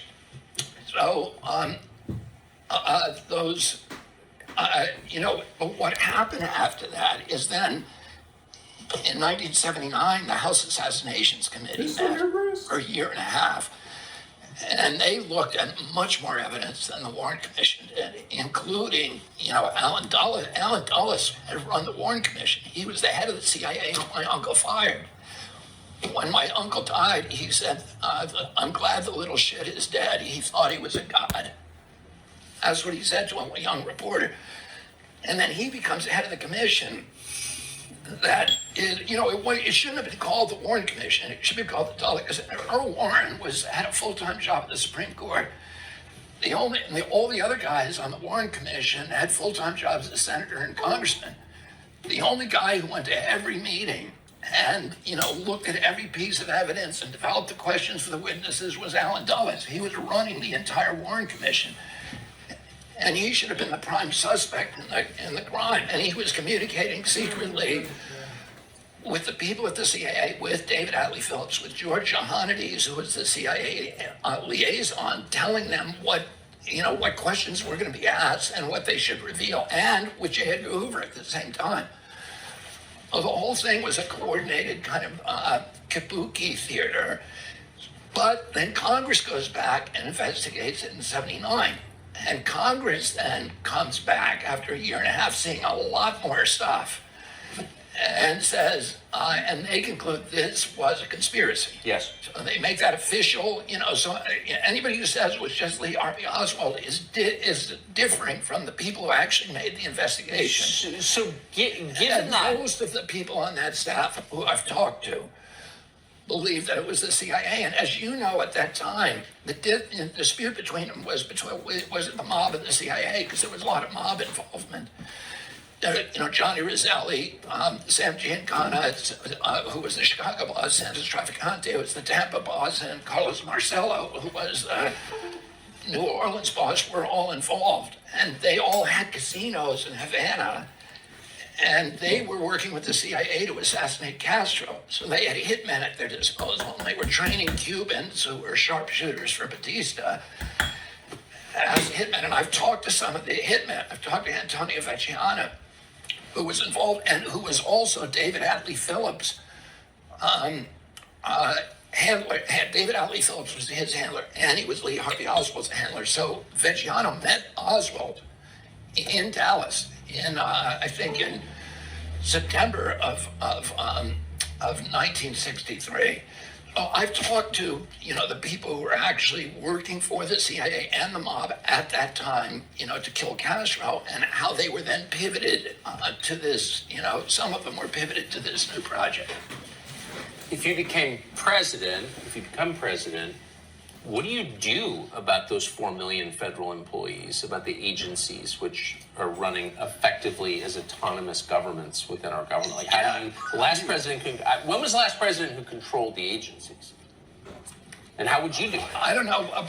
I feel like I'm probably, and I don't want to seem like, I'm being vain, but I feel that because of the confluence of my experiences over the past 40 years, that I'm actually probably the only one that can unravel that agency capture. And let me tell you this, my daughter-in-law, who is co-running my campaign with Dennis Kucinich, Amaryllis Fox, was a CIA agent in the clandestine service for most of her career.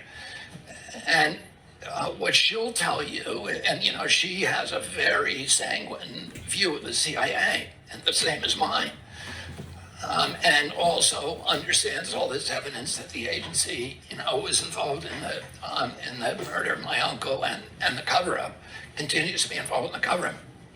But what Amaryllis will tell you is that of the 24,000 people who work for the agency, that 20,000 of them are patriotic Americans and good public servants. And that there's some people, mainly in the plants division.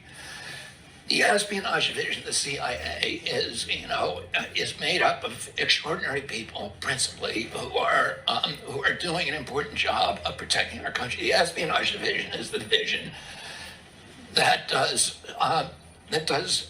information gathering and analysis, and the president needs that. The plans division is the action division. They're the ones that assassinate people, fix elections, overthrow governments, and do all the things that I think we're paying for in our foreign policy today and in our domestic policy. My father was going to separate those two divisions. My uncle ultimately was going to do that too. My uncle thought the CIA, he came out of his office during the Bay of Pigs and he said, I want to take the CIA, shatter it into 1,000 pieces and scatter it to the winds. He then asked my father to run the agency. He said, you're the only one I trust to do this. And my father said it, and my grandfather said, you can't do that. You can't, it would be like Molotov and Stalin. You can't have the brother of the president running a secret spy agency with all this extraordinarily hidden power. So they brought in John McCone to run it, but John McCone, was not able to handle it. And my father, a week before he died, told one of his closest friends, Pete Hamill, who you may have known, but he was... Pete Hamill, the journalist? Yeah, the journalist. Yeah, of course. He told Pete Hamill said, what are you going to do about the CIA? And my father said, I'm going to separate the plans division from espionage, and that's the only way to make it work. And that still makes a lot of sense today. Incidentally, I had dinner with Mike Pompeo I don't know, 3 weeks ago. And he said something really interesting to me. Wait, you had dinner with Mike Pompeo in 3 Las weeks Vegas. ago? Yeah. And he said something. What was that? It was the weirdest dinner I've ever been to. If I told you the other people were at that dinner. Well, because I just can't imagine I know Mike Pompeo. I'm not attacking Mike Pompeo, but I can't imagine two people with more different views. No, I've always, I have a kind of natal hostility toward Mike Pompeo, but I never knew him. But just because he was, for people who don't, know, he was the CIA director and he was Secretary of State under Trump.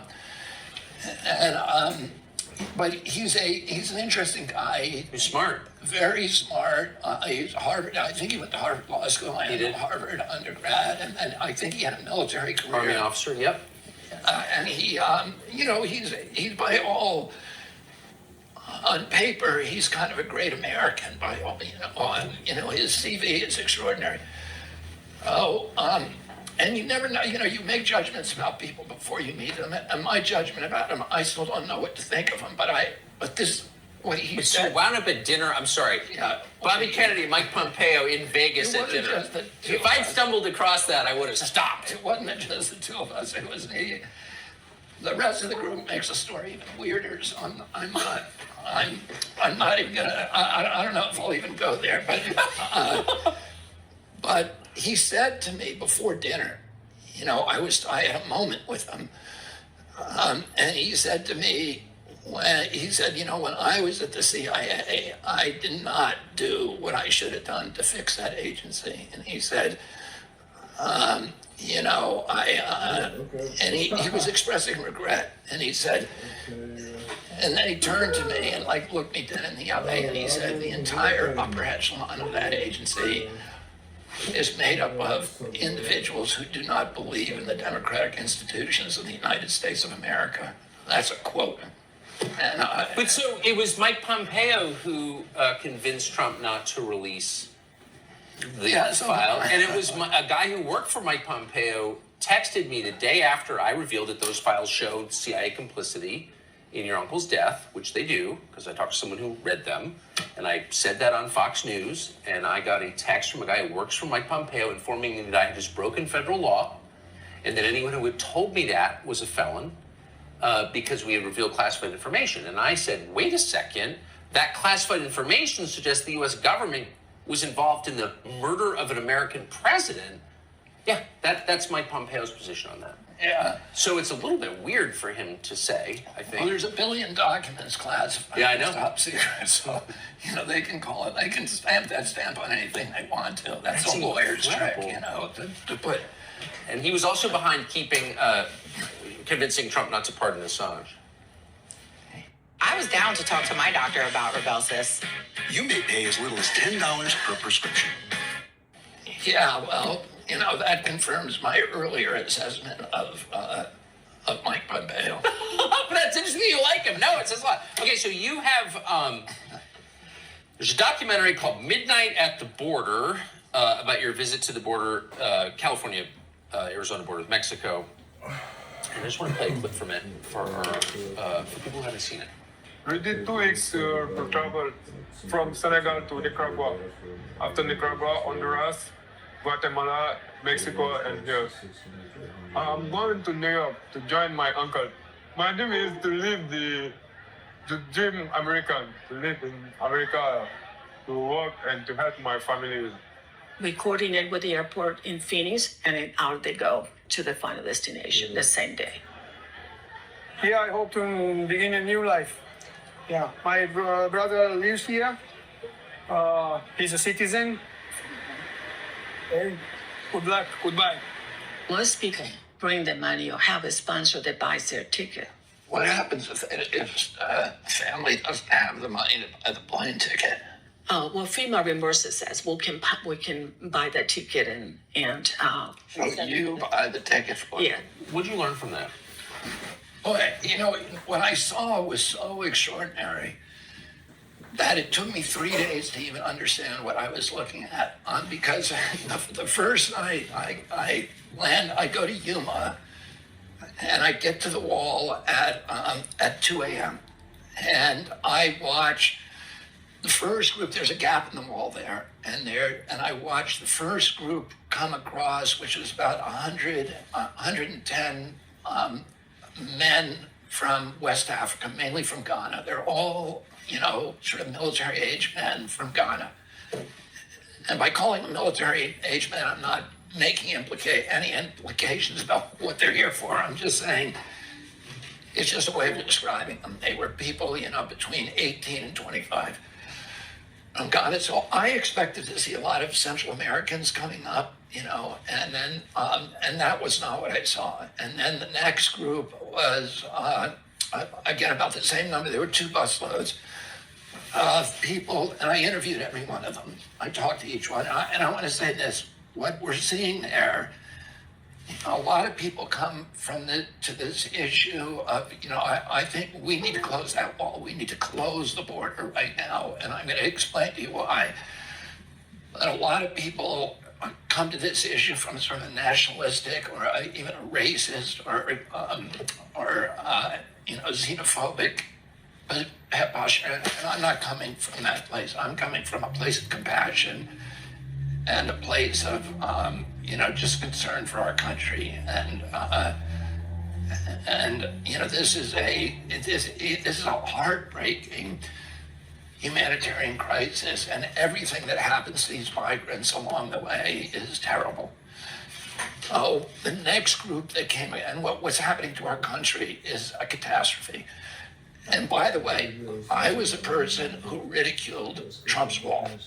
Okay, so, and now I've been down there and I've talked to everybody down there. And, I have a different position. I don't think you need to build a 2,200-mile physical barrier from, San Diego to Brownsville, Texas, but we definitely need physical barriers in a densely populated area. We definitely, because we cannot survive with what's happening there now.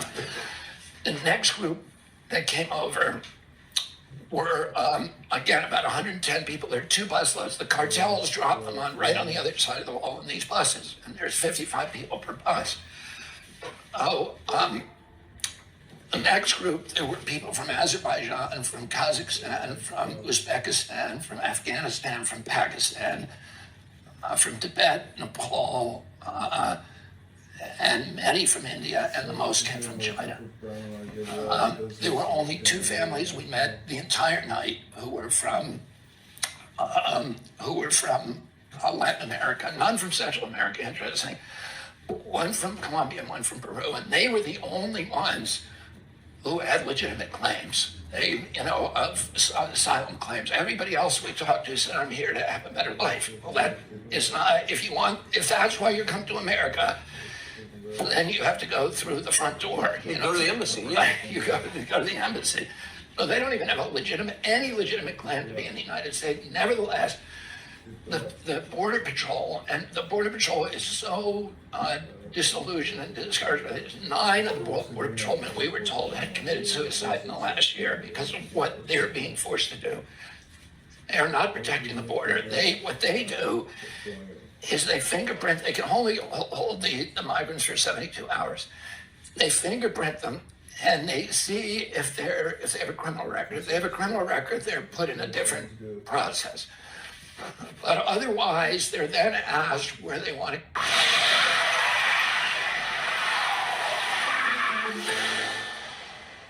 go. And if they don't have a plane ticket, they are brought to the airport. The DHS purchases them a ticket and sends them anywhere they want to go in the United States. So the country's getting poorer every year. Our country's getting poorer every year. We're in a poor place right now. Who came up with, why do we owe plane tickets to people who come here illegally? As far as I can tell, and there's a lot of evidence for this, and it's in our film, is that the Biden administration came in, in the same position I was, which is the wall is bad, but more importantly, any idea that Donald Trump had is a bad idea. So they just opened the border. And they've had this open border policy where they have not hired the judges. That's the most important thing that needs to be done. The judges need to be hired so that these cases, the asylum cases can be adjudicated right at the border, and people who are not entitled to asylum are sent back. But that's not what's happening. What happens is they're all given claims and they're told to appear in court, and they go to an arraignment fairly soon after arriving in Boston or New York or Miami or wherever, Minneapolis, wherever they're going. And then they're given a court date, which on average is 7 years out. So they're in. I hope next time I get arrested, I get the same courtesy. They're in our country then for 7 years. And let me just tell you from their point of view what's happened. First of all, the cartels are now controlling our immigration policy in the United States. All of these people who came across knowing exactly what was going to happen to them because they had seen it on advertisements the cartels are sending around the world on TikTok and on YouTube. It tells you what you need to do to get in, what airports you fly into, what visas you get, how to get them, and how to get to the cartel parking lots where the buses will take you.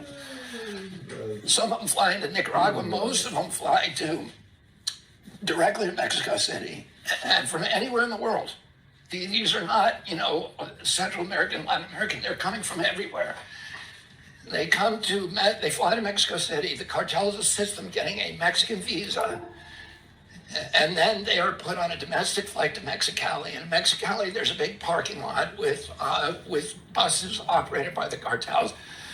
The cartels charge them between $10,000 and $15,000 a piece to get through. And then they drive them up to the wall and they unload them. We watch them unloading them on the other side. Large numbers of them get abused, they get extorted, they get exploited, they get robbed, raped, beaten. The Peruvian family that I met had every penny taken from them. And he said, my whole life savings was taken from me. There's a tree that we could see from where we were when it was daylight. It's called the rape tree, where the cartels extract final payment from women who are crossing the border. If there are attractive women that they, in their view, and I don't mean physically attractive, but attractive for whatever their purpose is, to sell or to traffic or whatever, or children. Those children are separated out. The Colombian family had lost a child girl and a teenage girl. And, the father was desperate, and she had been separated from them by the cartels before they passed. Oh my gosh. And 85,000 children have disappeared in this process. It's monstrous. So but then let me tell you this. They get into our country, and there's a lot of people who are well-meaning, mainly liberal people who care, who see themselves as deeply caring people who say we should have sanctuary cities and we should, these people should be treated with dignity. But what really happens to them in real life is that they get here and then for 7 years, none of them are legal. So they are now subject to terrible exploitation by unscrupulous employers all over this country. They're getting paid $6 or $5 an hour because they have no leverage in their employer. Of course. And that dampens the wage for every other American. That's exactly right. It steals the leverage from American workers, too. And there's 16 million of them. What up, Shepard? How you doing? Have you stopped any child rape today? I mean, I know you're a great patriot and you're on your own doing God's work, but nonetheless, you don't have to be so serious all the time. You can let it go a little bit. And when you're on this app, it's a safe space. It's a place to let it all out and just say, no one can bother me here, except for me, the G-O-D. What did you do today? So basically, Chicago update is that they have scabies now at the police department, where hundreds of migrants were being dropped off on buses. I don't really think my car alarm's going on. So anyways, so they closed down the police station, they shut the front doors, and now they're doing like hygienic cleansing and everything, and they moved hundreds of these migrants into, guess where? The former Marine Corps barracks, aka the Reserve Command of the Marines. So the migrants have taken over the Marine headquarters in Chicago. They're spending, I think it was a $300 million contract by this company called Garda, which is busing the fucking migrants here. So the business that contracted with the city in order to build the refugee camp is bringing the fucking refugees here. They're bringing the products to the city in transportation trucks. So now we have to deal with scabies and migrant families roaming the streets and trying to sell you a bottle of water. They're everywhere. They're on every street corner. They're with their children and they're begging and they're selling, Gatorades and candy, and they look like the untouchables. It looks like we've been invaded by India, by a bunch of indigenous. It is what it is. But I guess it's better than Ukrainian Nazis. Oh wait, we have those too. Those are here too. Ukrainian Nazi families. No, I'm just kidding. Just normal people. I think all the Nazis are probably over there. But there's a big Ukrainian church. I'm sure some people might say it's a big Nazi church. I mean, people on the left. I don't know anymore. It's so confusing. The Nazis are the new left. So basically, if you don't want to come up and say anything, that's fine. Hope you're having a great afternoon. I got sued today. I lost the trial. They just awarded a $300,000 judgment to a law firm suing me, and now they're trying to ruin me, take everything I have, and garnish my wages. So yes, the government is trying to destroy me, and I'm okay with that because, as a veteran and a disabled veteran. Okay, here we go.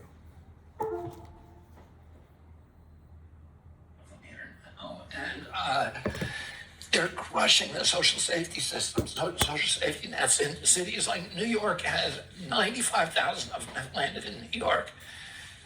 New York is now thinking of turning Roosevelt Island into an open-air refugee camp. And there's a proposal that was on Bloomberg of turning Central Park, or parts of it, into open-air camps for migrants. Oh, and Eric Adams, who's the mayor, has been saying this has got to end. We have to close the border. And a lot of these mayors who were people who were saying we're sanctuary cities and getting that,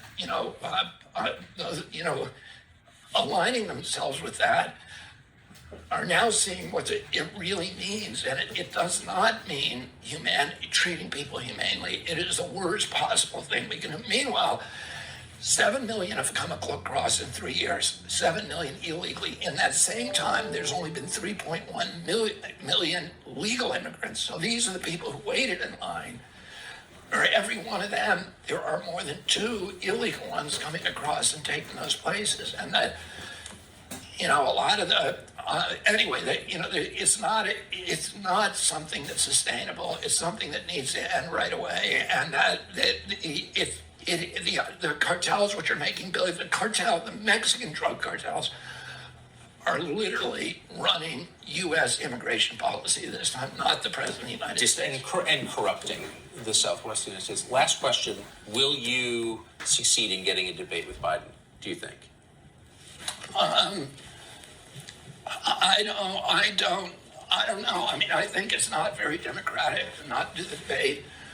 I hope that he will debate me, and I can tell you this, that I also hope that he'll come out and campaign, because I'm seeing a vision of America in that, both Trump and Biden are boasting about the economic prosperity that they've brought to our country. It's unusual to have 2 former presidents running against each other. Both of them are proclaiming their economic record. And I'm seeing things in this country that I never believed that I would see in the United States. People living in a level of desperation. 3, 2, 1, level up, level up, level up, level up, level up, level up, level up, level up, level up, level up. Oh, this on me so yummy. Oh, this so so yummy. No, you want this yummy, yummy all in your tummy. Never.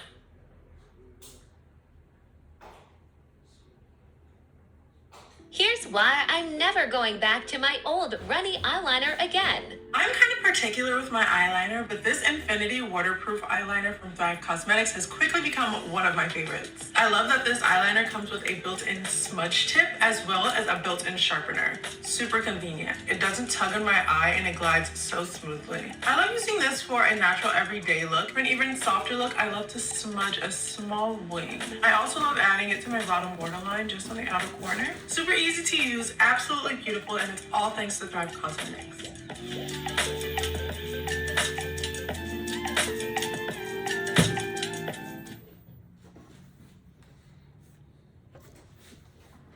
That I don't know,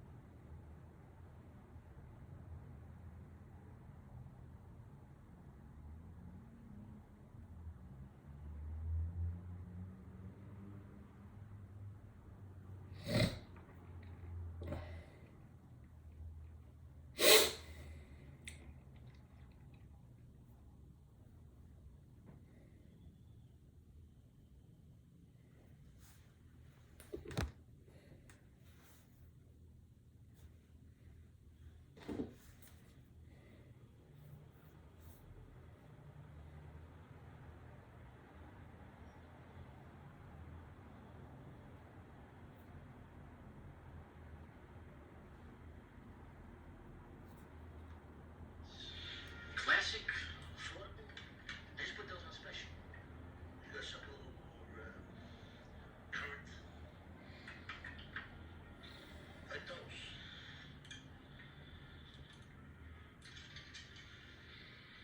Harmonics. Flexible acetate frames, rimless lenses.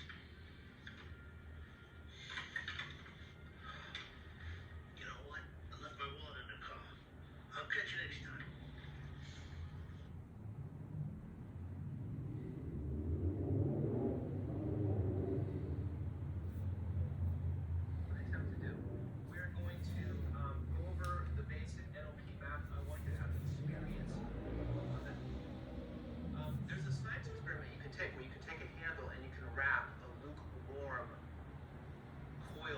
Just like bath temperature that you can put your. So this happened. Now the judge cited a lack of significant evidence against former officer Mark Dial. The judge dismissed murder charges against police officer Mark Dial, who had shot a knife-wielding maniac. It doesn't matter though, white cop must be systemic racism. And then all hell broke loose. Totally fighting against systemic racism and police brutality, mobs of urban youths sought to draw attention to the injustice by looting a bunch of high-end department stores.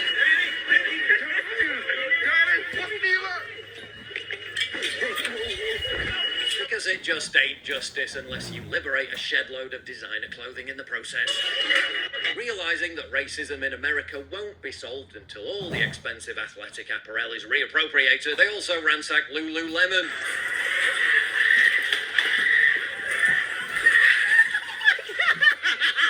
For the victim, of course.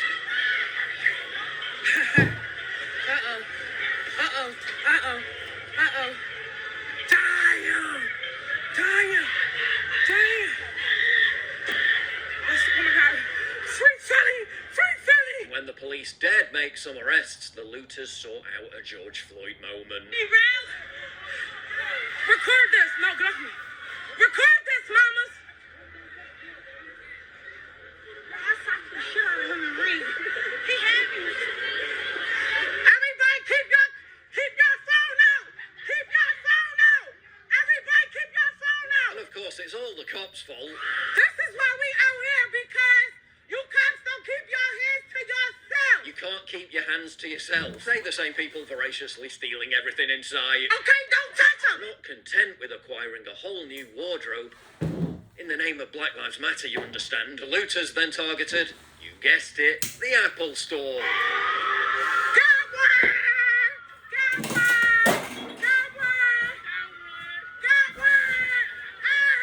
Good timing, given the iPhone 15 just got released. We'll have a bit of that. For justice, of course. Free apples. Free apples. Free apples.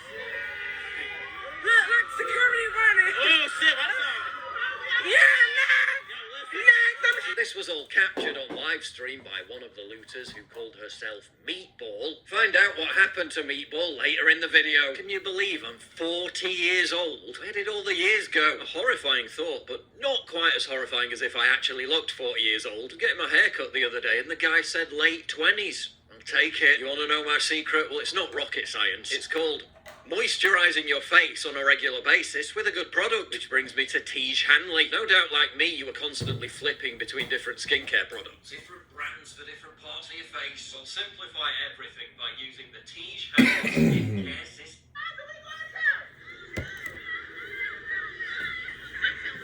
Look at them, they is wearing stuff. The plaza. Let's go. Making it clear on social media that it was all to fight injustice.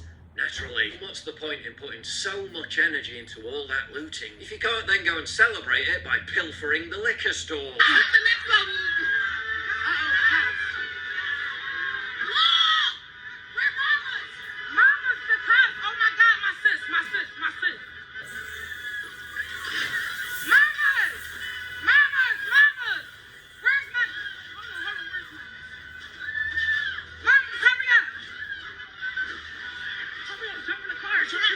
Guess drinks are on them tonight.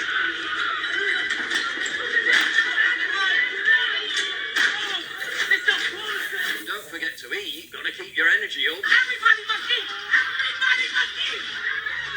Everybody must eat. Yes. Everybody must eat. Everybody must eat. Everybody must eat. Meatball, budding entrepreneur that she is, even found time to solicit donations during her live stream in between driving to loot the next store. Send me $1 or I'm getting off. I should have 1100 in my shit right now. 1100. 1100. Always making sure, of course, to protect the safety of her fellow looters by keeping a face mask on standby. I know one where I'm going to do my thing. But in a dramatic ending to the story, Meatball herself became a victim of the very systemic racism she was protesting against when the cops pulled her over and arrested her. We fixing the gas shit.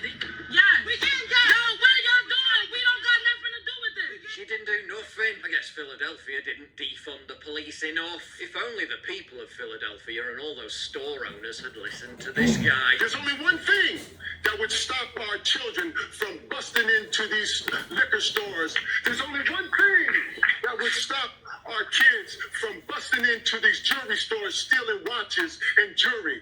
And that's reparations. Or maybe in hindsight, they should have listened to someone else. Just get away. Because there's no fixing this. This can't be fixed.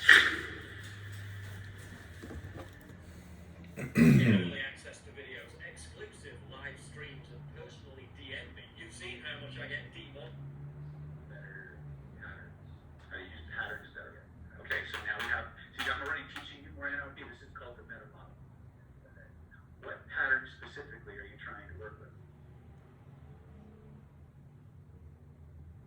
I guess that's what I'm here to find out. There it is right there. See, one of the first rules, again, if you want to apply the critical pattern of influence that we teach, one of the things that our approach NLP makes it so much user-friendly is we have this thing called the critical path of influence. It has seven actually, basic steps. The first one is know your outcome. What is it you want to be able to achieve, or what result are you going for? If you don't know what that is, good luck starting, because you're going to wind up somewhere else, right? In fact, if you apply we'll call it the Universal Persuasion Protocol. You can learn it in Killer Influence. You can learn it in CPI 1. And in our we have an NLP Ultra class coming up in May. Yeah, May. Anyway, bottom line is, you got to know what you want. One of the reasons is like, for example, if we're going to do hypnotic language pattern, one of the most powerful language patterns, we're going to talk about 3 tonight, because these 3 control just about every single function that you're aware of, and most of the ones you're not aware of. Those patterns are awareness, cause and effect, and complex equivalence. Now, you can delete the words complex and equivalence and just say meaning. Because we're not just talking about language patterns. We're talking about primary filters of experience and information at every level of your nervous system. Okay? If you understand awareness, cause and effect, and meaning, you can pretty much change anything you want into anything you want and have it mean whatever you decide it means. Right? You can completely ignore things that bother you and focus on the things that build you up. 3 patterns of the 60 plus that NLP talks about are like the apex. They control so many things. Now, the challenge when I teach you guys any form of hypnotic language, especially the primal ones, is that one of the side effects of hearing hypnotic language is spontaneous amnesia. You'll get the meaning, it'll go in, it'll have the effect I want it to have, but if I ask you to recall what I said, literally that way, right? The effect is so pervasive that we actually had to change, many, many years ago, we had to change how we taught people to use hypnotic language. The last thing we wanted you to do was listen to it. In order for you to install hypnotic language effectively, you need to read it, you need to write it, and you need to speak it. Pretty much in that order, right? Because if you don't understand it, it's going to, the moment you hear the words, it's going to go in, and because it's coming in on your auditory channel, it's going to overwhelm your language centers. You're going to go into trance.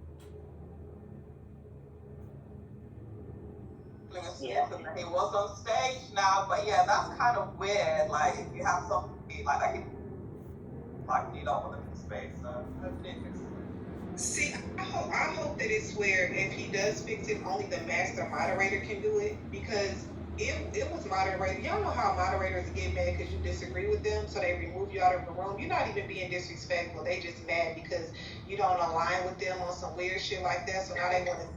That shit is like beyond me. Like, this ain't even your house. How you gonna kick somebody out? Like, what the hell? Like, you don't even live here. Yeah, it's called camps over here, but I truly believe that his Hebrew Israelite lady removed you, so that she can have the floor and censor herself. But you know, that's just me. And yes, I do have a vendetta against her. I probably forget about it by the end of the night, though. To be quite honest with y'all, I just think that it was weird for her to come into somebody else's camp and say, you know, these are going to be the rules to the conversation. Girl, who told you that you get to make up rules over here? She came in like that? Yeah, she came in like that, and then she told me I couldn't speak. Bitch, I'm minding over here. I'm going to say whatever I want to say.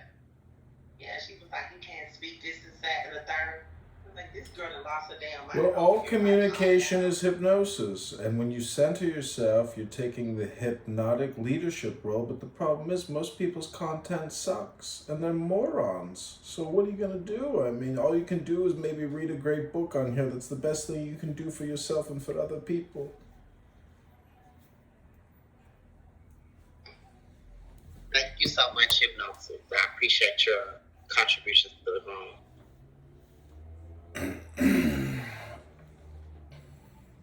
So how for, like, because it was given very much pink pill. Now you're off mic. Hello? It was given, the room was given very much pink pill centered over here, and then when I went over there like an hour later, like she was still speaking. So was it just about her the whole night?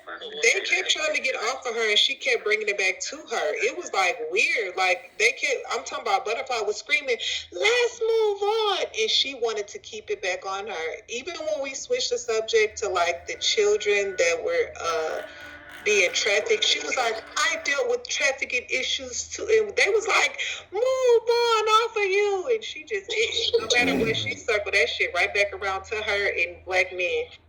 But you know what, this was funny too, Adaya, it wasn't like she was just doing this by herself.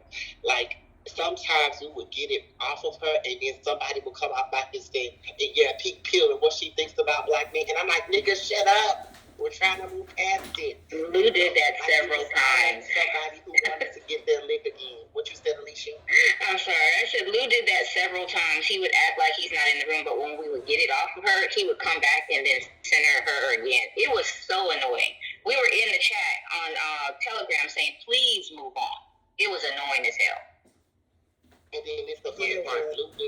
Lou was taking it back to pink pill, but then if y'all done with this conversation, put the guns in the chat, and people putting guns in the chat, and he would come off his mic. Butterfly did that shit too, though. I said, this man got issues. This man has issues. He was definitely trolling y'all with the my badge at that point. Definitely trolling y'all. No, but for real though, Missy, you ain't hear like Butterfly said that like 3 times. She was like, put a gun emoji in the chat if you want. She was like, put a gun emoji in the chat if you want to move on. We shot that motherfucking chat up. I'm talking about we was even using GIF shoot up, like we was blowing that motherfucker up. 5 minutes later, she was like, put a gun emoji in it. We were like, I said, come on now, at this point, what you want us in prison or something? Like, we didn't shot that motherfucker up. Like, everybody in there is dead. Like, what the fuck you want us to do? Butterfly, like, can we move on? It was at that point, I was like, you know what? Just go ahead and kick me out. I don't give a damn. Like, just remove me from the motherfucking You may kick me out of this room as well, but I just want to say, take the deepest breath of the day through your nose, hold it for 10 seconds, and then say, I am a flower, and I am at peace. My second 10 seconds. What is it, trying to hypnotize us or something? I think he is, but it's not really working. But I did kind of like. It's not giving out well, you're gonna have to try a little bit harder. Yeah, you gotta try harder. But I did like that breath for the say. Yeah, that's right. Take the deepest breath of the day through your nose like you're snorting a line of pure Colombian cocaine off of a Puerto Rican's ass. Oh my God, I think I'm gonna come. They used to make us bend over and take 10 deep breaths and hold our breath. Man, I ain't fainting. I ain't doing that no more. I just trusted this.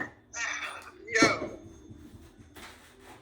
Sound like you're snorting a line. I am fucking done with everybody.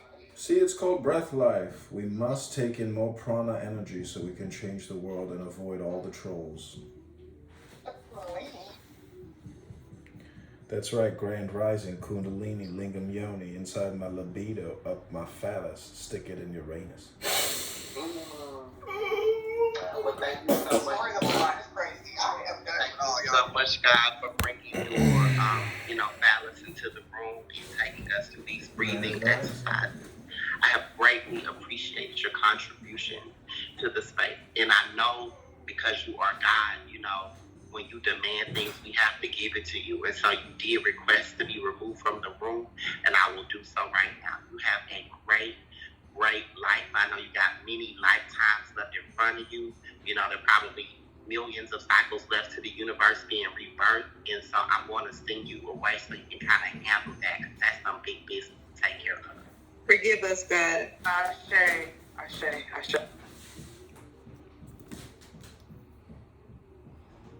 Someone to guide you, which is, our principle. If he doesn't want to guide you, then you are not wanted, and you're going to.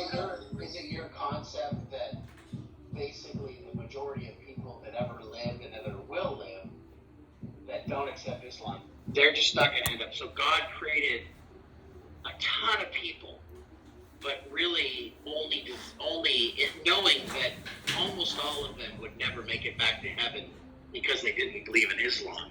Is that the concept that Muslims may have? So that's what you're telling me. You're saying only Muslims are going to Okay, he's had enough chance to talk to me. Hey, man, what the hell? And he talks over me when I'm talking. What the fuck is wrong with you? And he's Oh, asking me a wow. question. You literally can't let anyone else talk. He is asking me Well, a I don't question. care. I don't care if you're lying about your book. It doesn't matter. It matters what your book says. It matters what Allah says. Yeah, okay. Does Allah say that he And you're does what he lying. wants? He clearly says that he doesn't wish to guide everyone. Verse right now. Oh my Okay, God! You can't even let me talk for he's guiding that he doesn't want you little dick to be fucking guided. Okay. He wants you to go to hell. Hey, What's I'll the do it problem? again. You're a little bit coward. You can't let anyone else talk. I am talking, son. Can you ask me the same question? Does God want you as an And atheist to you go to talked heaven? over me. So now I'm gonna talk. Jane, come on. Okay? Okay, 32, so I am 13. gonna look. If Allah had willed, He would have guided everyone. Exactly. So he doesn't chooses- want. So He doesn't want. So that's the answer. Give a straight answer, motherfucker. This is what I said to you. It's about Muslims. You damn idiot. All right. He doesn't want to guide everyone. Right? He guides who he wants. Exactly. Therefore, and he says in 32:13. Oh my God, you're such a stupid girl. I am saying the same thing that you're saying. He will fill hell with us. He guides who he wants. Yeah, and if he wanted to guide everyone, Jane, but he wants. answer this Most question. people go to hell. According to the Quran, are you guided? Answer the question. Answer. Yes and no. It depends. It depends. The Quran. What? Are you dumb? No, you are not. You're a Christian. Yeah, I am. No, you are not. No, Yeah. I'm not asking. Do you want me to give you the evidence? Why are you Jane, Do you want me to give you the evidence? why are you being intellectually dishonest right now? I'm not. According to the Quran, are you guided? Allah is dishonest, not me. One more time. Look, you don't have to accept the Muslim position. Jane. I can't I help know it you if hate Allah Muslims and contradicts Islam. Stop. I need you guys to talk one at a time. Yeah, she's being intellectually dishonest. Don't complain about each other. Just Yes, son. Yes, stick to the son. topic. Yes, son. Are you guided according to the Quran? Can you answer that question for me? I don't know. I haven't read it. I have no idea what that even means. Okay, so guided it means, do you believe, like, are you a Muslim? Like, kind of, right? Did Allah guide you? So you're saying does God care what you do? Is that what you're saying? He does. He cares what you do. Right? No, man. I am trying to give a point because Allah says in the Quran, He guides who He wants. Right. So if you are not guided, He doesn't want you to be guided. Right. So he takes Therefore, interest by in stone. He takes default, interest in stone. therefore, by default, no, because this has to do with the topic. All right. So what is it? So if you are not guided, wait a minute. So if you're what's not his guided, criteria for taking interest in you and guiding you? What's the criteria? Yeah, but look, now we are changing the subject, right? No, I'm asking when you say guide, he guides some. So what's the criteria that is met that allows him to guide you or interests him in that? Well, as I said, I am not inside of God's mind. Right. So you're agnostic about that question, right? No, it's not about being agnostic. No, you just don't know. You just don't know. You're unsure. Okay, so this is the problem. You can just say I don't know. Are you agnostic about your father being your father's son? No, I'm not. Okay, how do you know that? Because I have my genetics test done. Okay, so, but if you haven't done that, you wouldn't believe that, right? You would be agnostic? No, I would have more evidence to conclude that. Okay, so you would have faith. Okay, so... No, it wouldn't just be faith, be evidence-based. I would have faith in the same way that you would have faith for the same one that you I didn't say it. I said, hey, you're the one who keeps... Look, this is what he said. You can reject it's not faith. Well, I think there's other things I have faith in, but not why that. did you believe without an evidence? Tell me. I said with evidence. I think there's great evidence. I said before it, okay? So yeah, there's evidence. My mom is my mom. I know what I look like. I know who my uncles are. Dude, are you joking? Like, okay, so I have a lot of evidence that my father is my father. You're guessing. No, we're not guessing either. Are you listening? It's a guessing, man. It's okay. Okay, no, it's not okay. Stop misrepresenting what the fuck I'm saying, dude. I'm being intellectually very honest. Right? So am I. You said I'm guessing. I'm not guessing. Okay, before the I'm test. using evidence. Okay, before the test. You know. Okay, before the test, did I know he what? was your father. Answer the question. Before the test, did I know without a shadow of a doubt that my father was my father before I took the genetics test? No. Either you guessed it, right, or just like you. That's why you're agnostic, right? Yeah. Okay. No, I'm not agnostic. Well, are you trying to show that I'm agnostic about my father being my father before I took the genetics test? Okay, yeah, so I was agnostic about it. Okay, just like you're agnostic about Allah, right? No, I'm not. Oh, it's different. No, I'm telling you because the very same test that you said that you had, or you. Yeah, why are we talking about? Why are we talking about this? Wait a minute. Why are we talking about this? I have my test, which I don't give a fuck. I don't care, dude. Dude, shut up. I don't care. But I don't care. Okay, I will take. Let's talk about the subject. Let's talk about the subject. Does your God want people to go to heaven? And when He guides people, He doesn't want all people to go to heaven. That's right. Okay, so He doesn't want all people to go to heaven. He wants all the believers go to heaven. Okay, that's what He said. Okay. No, stop. Time. You double talking. No, listen. You can. Let me just say this real quick. I got to call him out. Does He want everybody to believe Islamic? Exactly. That was the next question. Okay, believe is by guidance, correct? Does He want people to be guided to believe? Yeah. Okay, said, can you believe without being? Does He want people to believe? Okay, so one more time. Allah says, we'll just say yes or no or yes. He guides who He wants. Okay. So does He want to guide people to believe? Yeah, this is the problem because. Does He want people to believe so He can guide them? So let me answer this, right? Let me answer this. You sound like an asshole right now, dude. Just so you know. I am not, son. Because we are not Christians, man. You're taking, the same logic as you're taking. I'm not talking about Christians. I'm talking about you. The way that you're debating. These are not Christians. They're not Christianese, dude. We have in our writings, okay, that wait a minute, I'm not sure where it is, if that is in the Quran or if that is in the Hadith, but I think it is in the Hadith, right? And it says, if all people did no sin whatsoever, no sin, none of them did any sin, all of them they did good deeds, Allah, God, He will replace these people with people who would sin. Do you understand that? So He wants people to not believe in Him. Wait a minute, bro. Come on, man. Is that what you're saying, though? I am saying that you can't go through 10 minutes. Come on, man. It's just LARP layered on LARP, dude. Okay, I'm just answering your objection. I'm saying yes, He doesn't want for everybody to. I didn't have an objection. Okay. I'm asking you for what you. I am saying He doesn't. It's quoted the verse from Quran that Allah guides whom He will. It says Allah guides and He misguides whom He wills.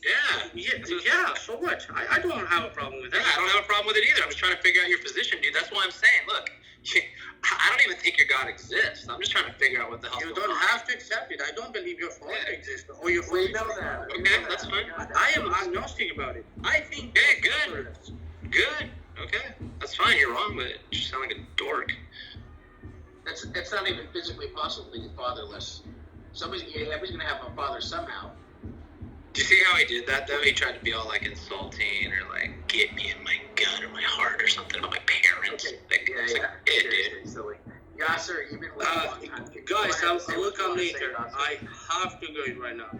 No worries. We'll talk to you later, Islamic. Hey, thanks a lot for everything, Islamic. Hey, look, man, I am honest. I am not ashamed from my faith. Yes. You are not ashamed. We 100% agree with you. You're not ashamed. And Jane, we're on board with that. And Jane, by the way, she is a whore, so don't listen. You were ashamed until I called you out and brought the Quran. You were getting that last little jab in. It was like so obvious you were waiting. That's fine. You're totally ashamed of Allah, and I pointed it out, so it's cool. We're even. Amazing. Man, all I was trying to do was figure out, like, from his point of view, like, there's, billions of people that will live or have lived on the earth, and it sounds to me like a very small percentage of them, on his view, will ever go to heaven.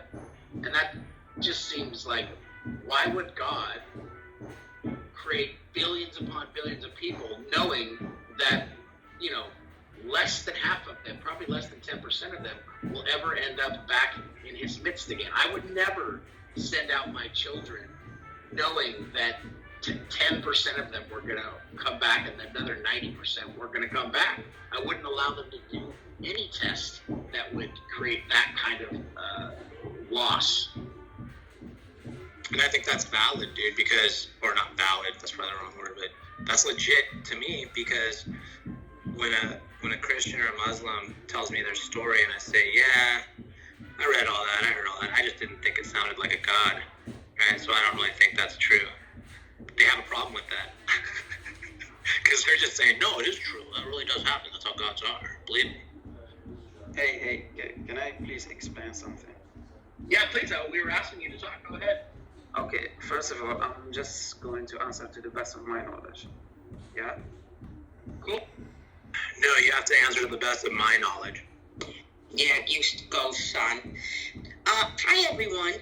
Thank you, Gavin. Nice to see you all. Wow. Do you guys... What happened? I thought Yasser was just going to speak. Hold on, Yasser, go ahead and speak. Hold on. Okay, so I don't think that Islam knows what he's talking about. When you ask him about the question if God cares about everyone to go to heaven, I would say yes. There is hadith of the Prophet Ibrahim, what you call Ibrahim. So he had a guest, and that guest was a disbeliever. He didn't believe in God.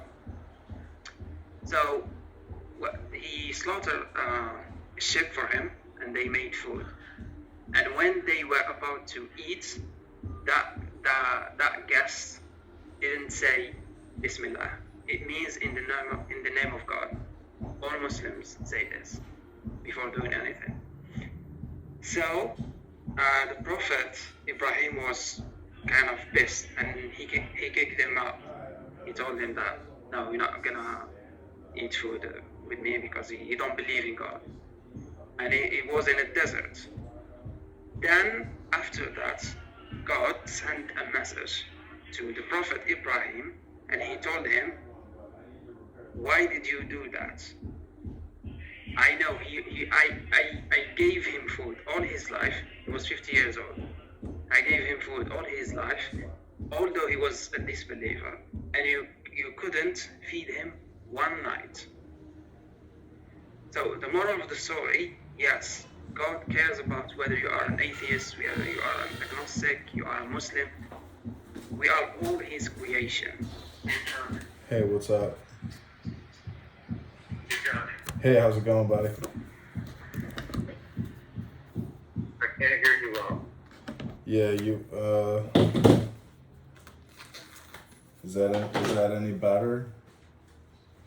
Are you still on your new iPhone? No, this is my Samsung. I haven't switched it yet. What do you mean? Did you return your iPhone? No, I got it. I just haven't transferred it over. I've just been using it to film. I want to see how long it takes to fill up the 1 terabyte hard drive. So far, I haven't been able to fill it up after using it for days. But I just read a news article. They said that they're overheating because the titanium cases for gays.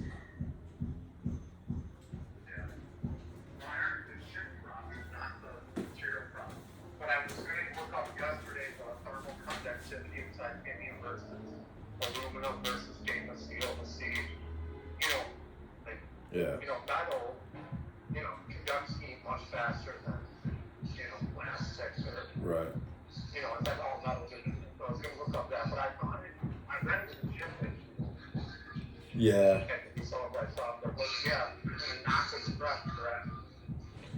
You know what's cool about it is when you film, well, I don't know, it's a good phone, man, I gotta say, it's like fucking impressive, but if you know what, I should probably spend the money and just get a high-end Samsung.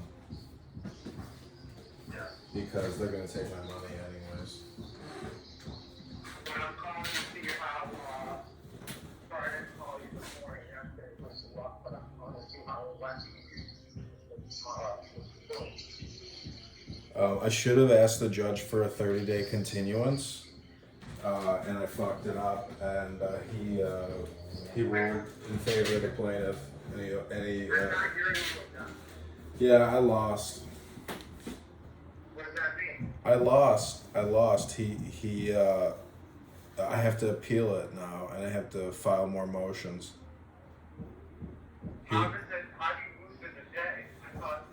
No, because the whole thing is a petition to revive a judgment. So he revived the judgment. So now they're going to try to collect. So as they, I don't know if they even need to inform me anymore. So I'm like, headed to the bank right now. To do what? What do you mean? To get my fucking motherfucking cash, motherfucker. And do what with it?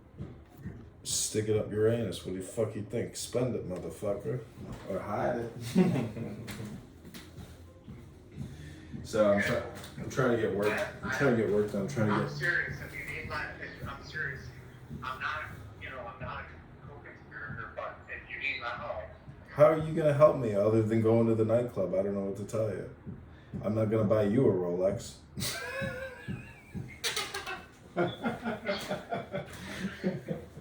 We ain't got that much money to go around.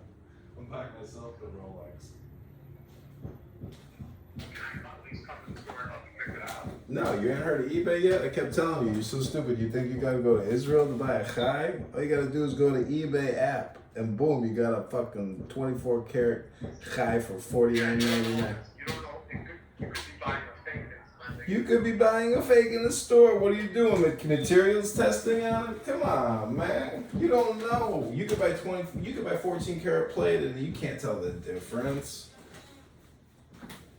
Yeah, but you don't want to be buying this knowing that it's not real. There's just, there's no credibility if you go to the actual Rolex store out Michigan Avenue. There's credibility. Yeah, right. I go on eBay, I'm like, man, I bet you half of this stuff is all fake. You never know. And it doesn't matter because everything is fake. Whether you got a $200 fake Rolex or you got a $10,000 Rolex, they still feel the same when you're walking around.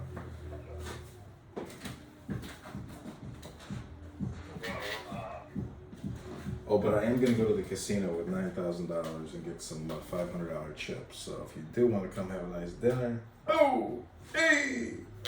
When are you doing that? Probably today.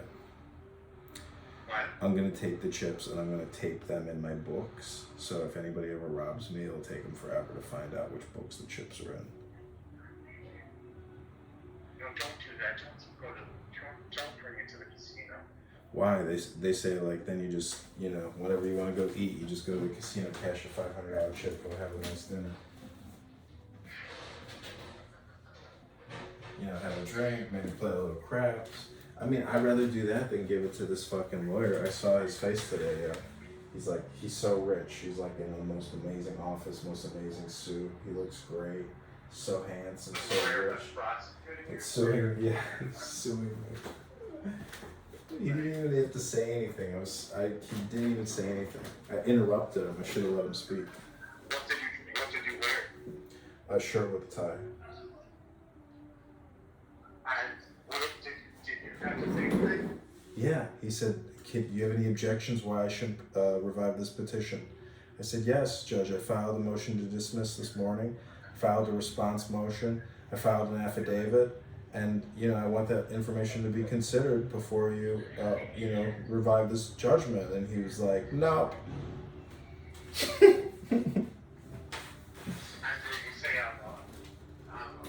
No, I didn't do any of that, and I should have. I totally fucked up my moment for a public speech. Are you depressed? No, man. What am I gonna do? This shit is destiny. You're not depressed, and you're not. No, man. I drank a beautiful beer, a great Grolsch. I smoked some weed beforehand. I mean, what are they gonna do? I mean, it's not like I'm going to jail. I mean, they're trying to steal from me. You ended up smoking weed before you went to work. Yeah. What the fuck, dude? One. No wonder you didn't get your moment to shine your eyes covered. Well, I recorded the whole thing, so one day when you come to the world premiere of Scam Movie, you'll get to see it all.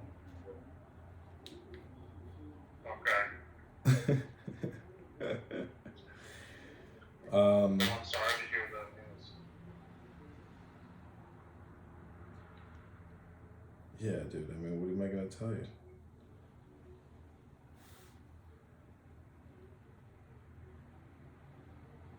Do you think you can lose your house? Maybe. Really? I don't fucking know. They say you can't. You know, they say you can't lose your primary residence in bankruptcy. So we'll see what happens. The thing is, they can put a lien on my property. So if I ever go to sell it, they'll be able to collect the money, and I won't be able to, cash out of here. But that's fine. I'll live and die with this bitch. It's my boat. It's my Moses ship. It's my ark. It's my yacht.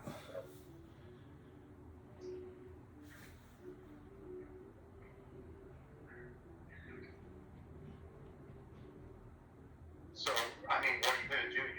You're like, what did the judge say the next step? No, he just, there's no next steps. It's not like, here, Mr. Kitover, we're gonna give you the blades to cut your throat.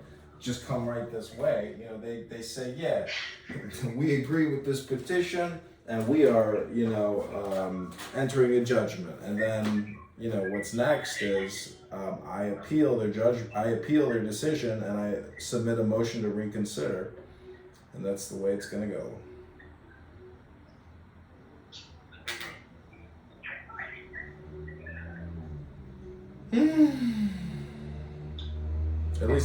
At least Ken's back on my side. He's like, come see me in 10 days. We'll write up the motion, the response motion. We'll write up the appeal. I was like, all right.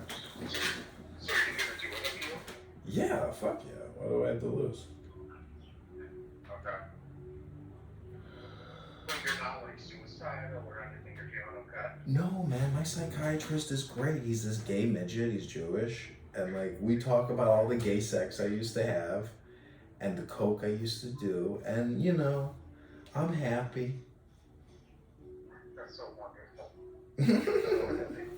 He's a great neurolinguistic reprogrammer. He's really helped me. He gave me these books on stoicism, and oh my god, I'm straight again.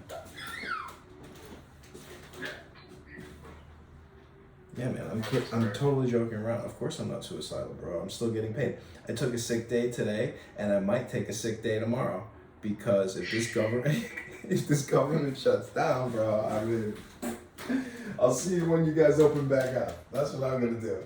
That's what I'm doing tomorrow. I'm gonna text him and I'm gonna say, bad news, still not feeling good, I'm gonna have to take a day off again. And he's gonna say, approved. Because if you take off 3 days in a row for sick leave, then you have to provide a doctor's note. But for 2 days, you don't have to. So tomorrow I'm doing a sick day and they're all gonna be fucking furious. But I don't give a fuck. Because if this government shuts down, it won't fucking matter.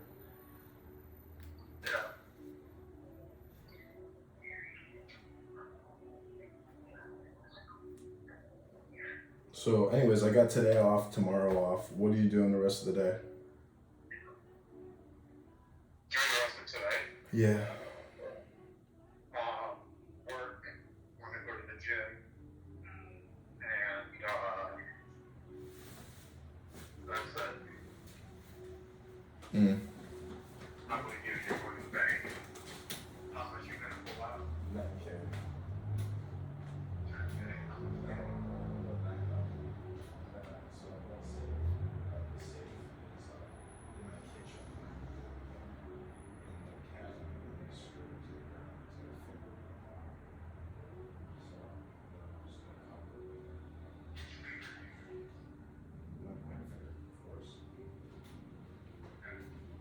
Oh, is that the one you're gonna cut off when you're dancing in the moonlight with a knife? You're gonna give me that pointer finger, slice!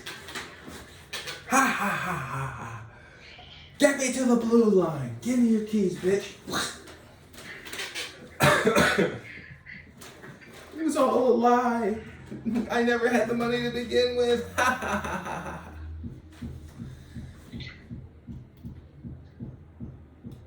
So there's 2 guys outside right now doing tuck point. They're fixing all the brick, and then I'm gonna try to get the windows done.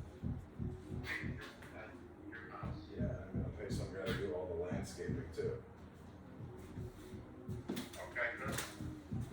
You know, because if they can't take my house, this is where I want to put all my money. And then I'm going to try to convert the pantry into a second bathroom and put a washer dryer in. I just bought a new dishwasher today.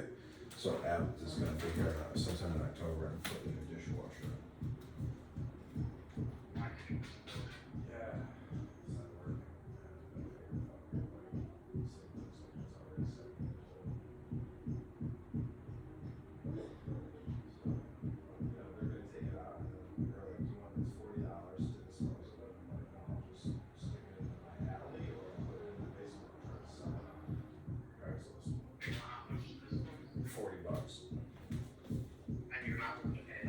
No, because I'll stick it in my basement, I'll put it on Craigslist, and I'll sell it for $50. Somebody will buy it. It works. It just needs to be fixed. Yeah. Nice. Give away nothing. Give them nothing. Take from them everything. This is Sparta.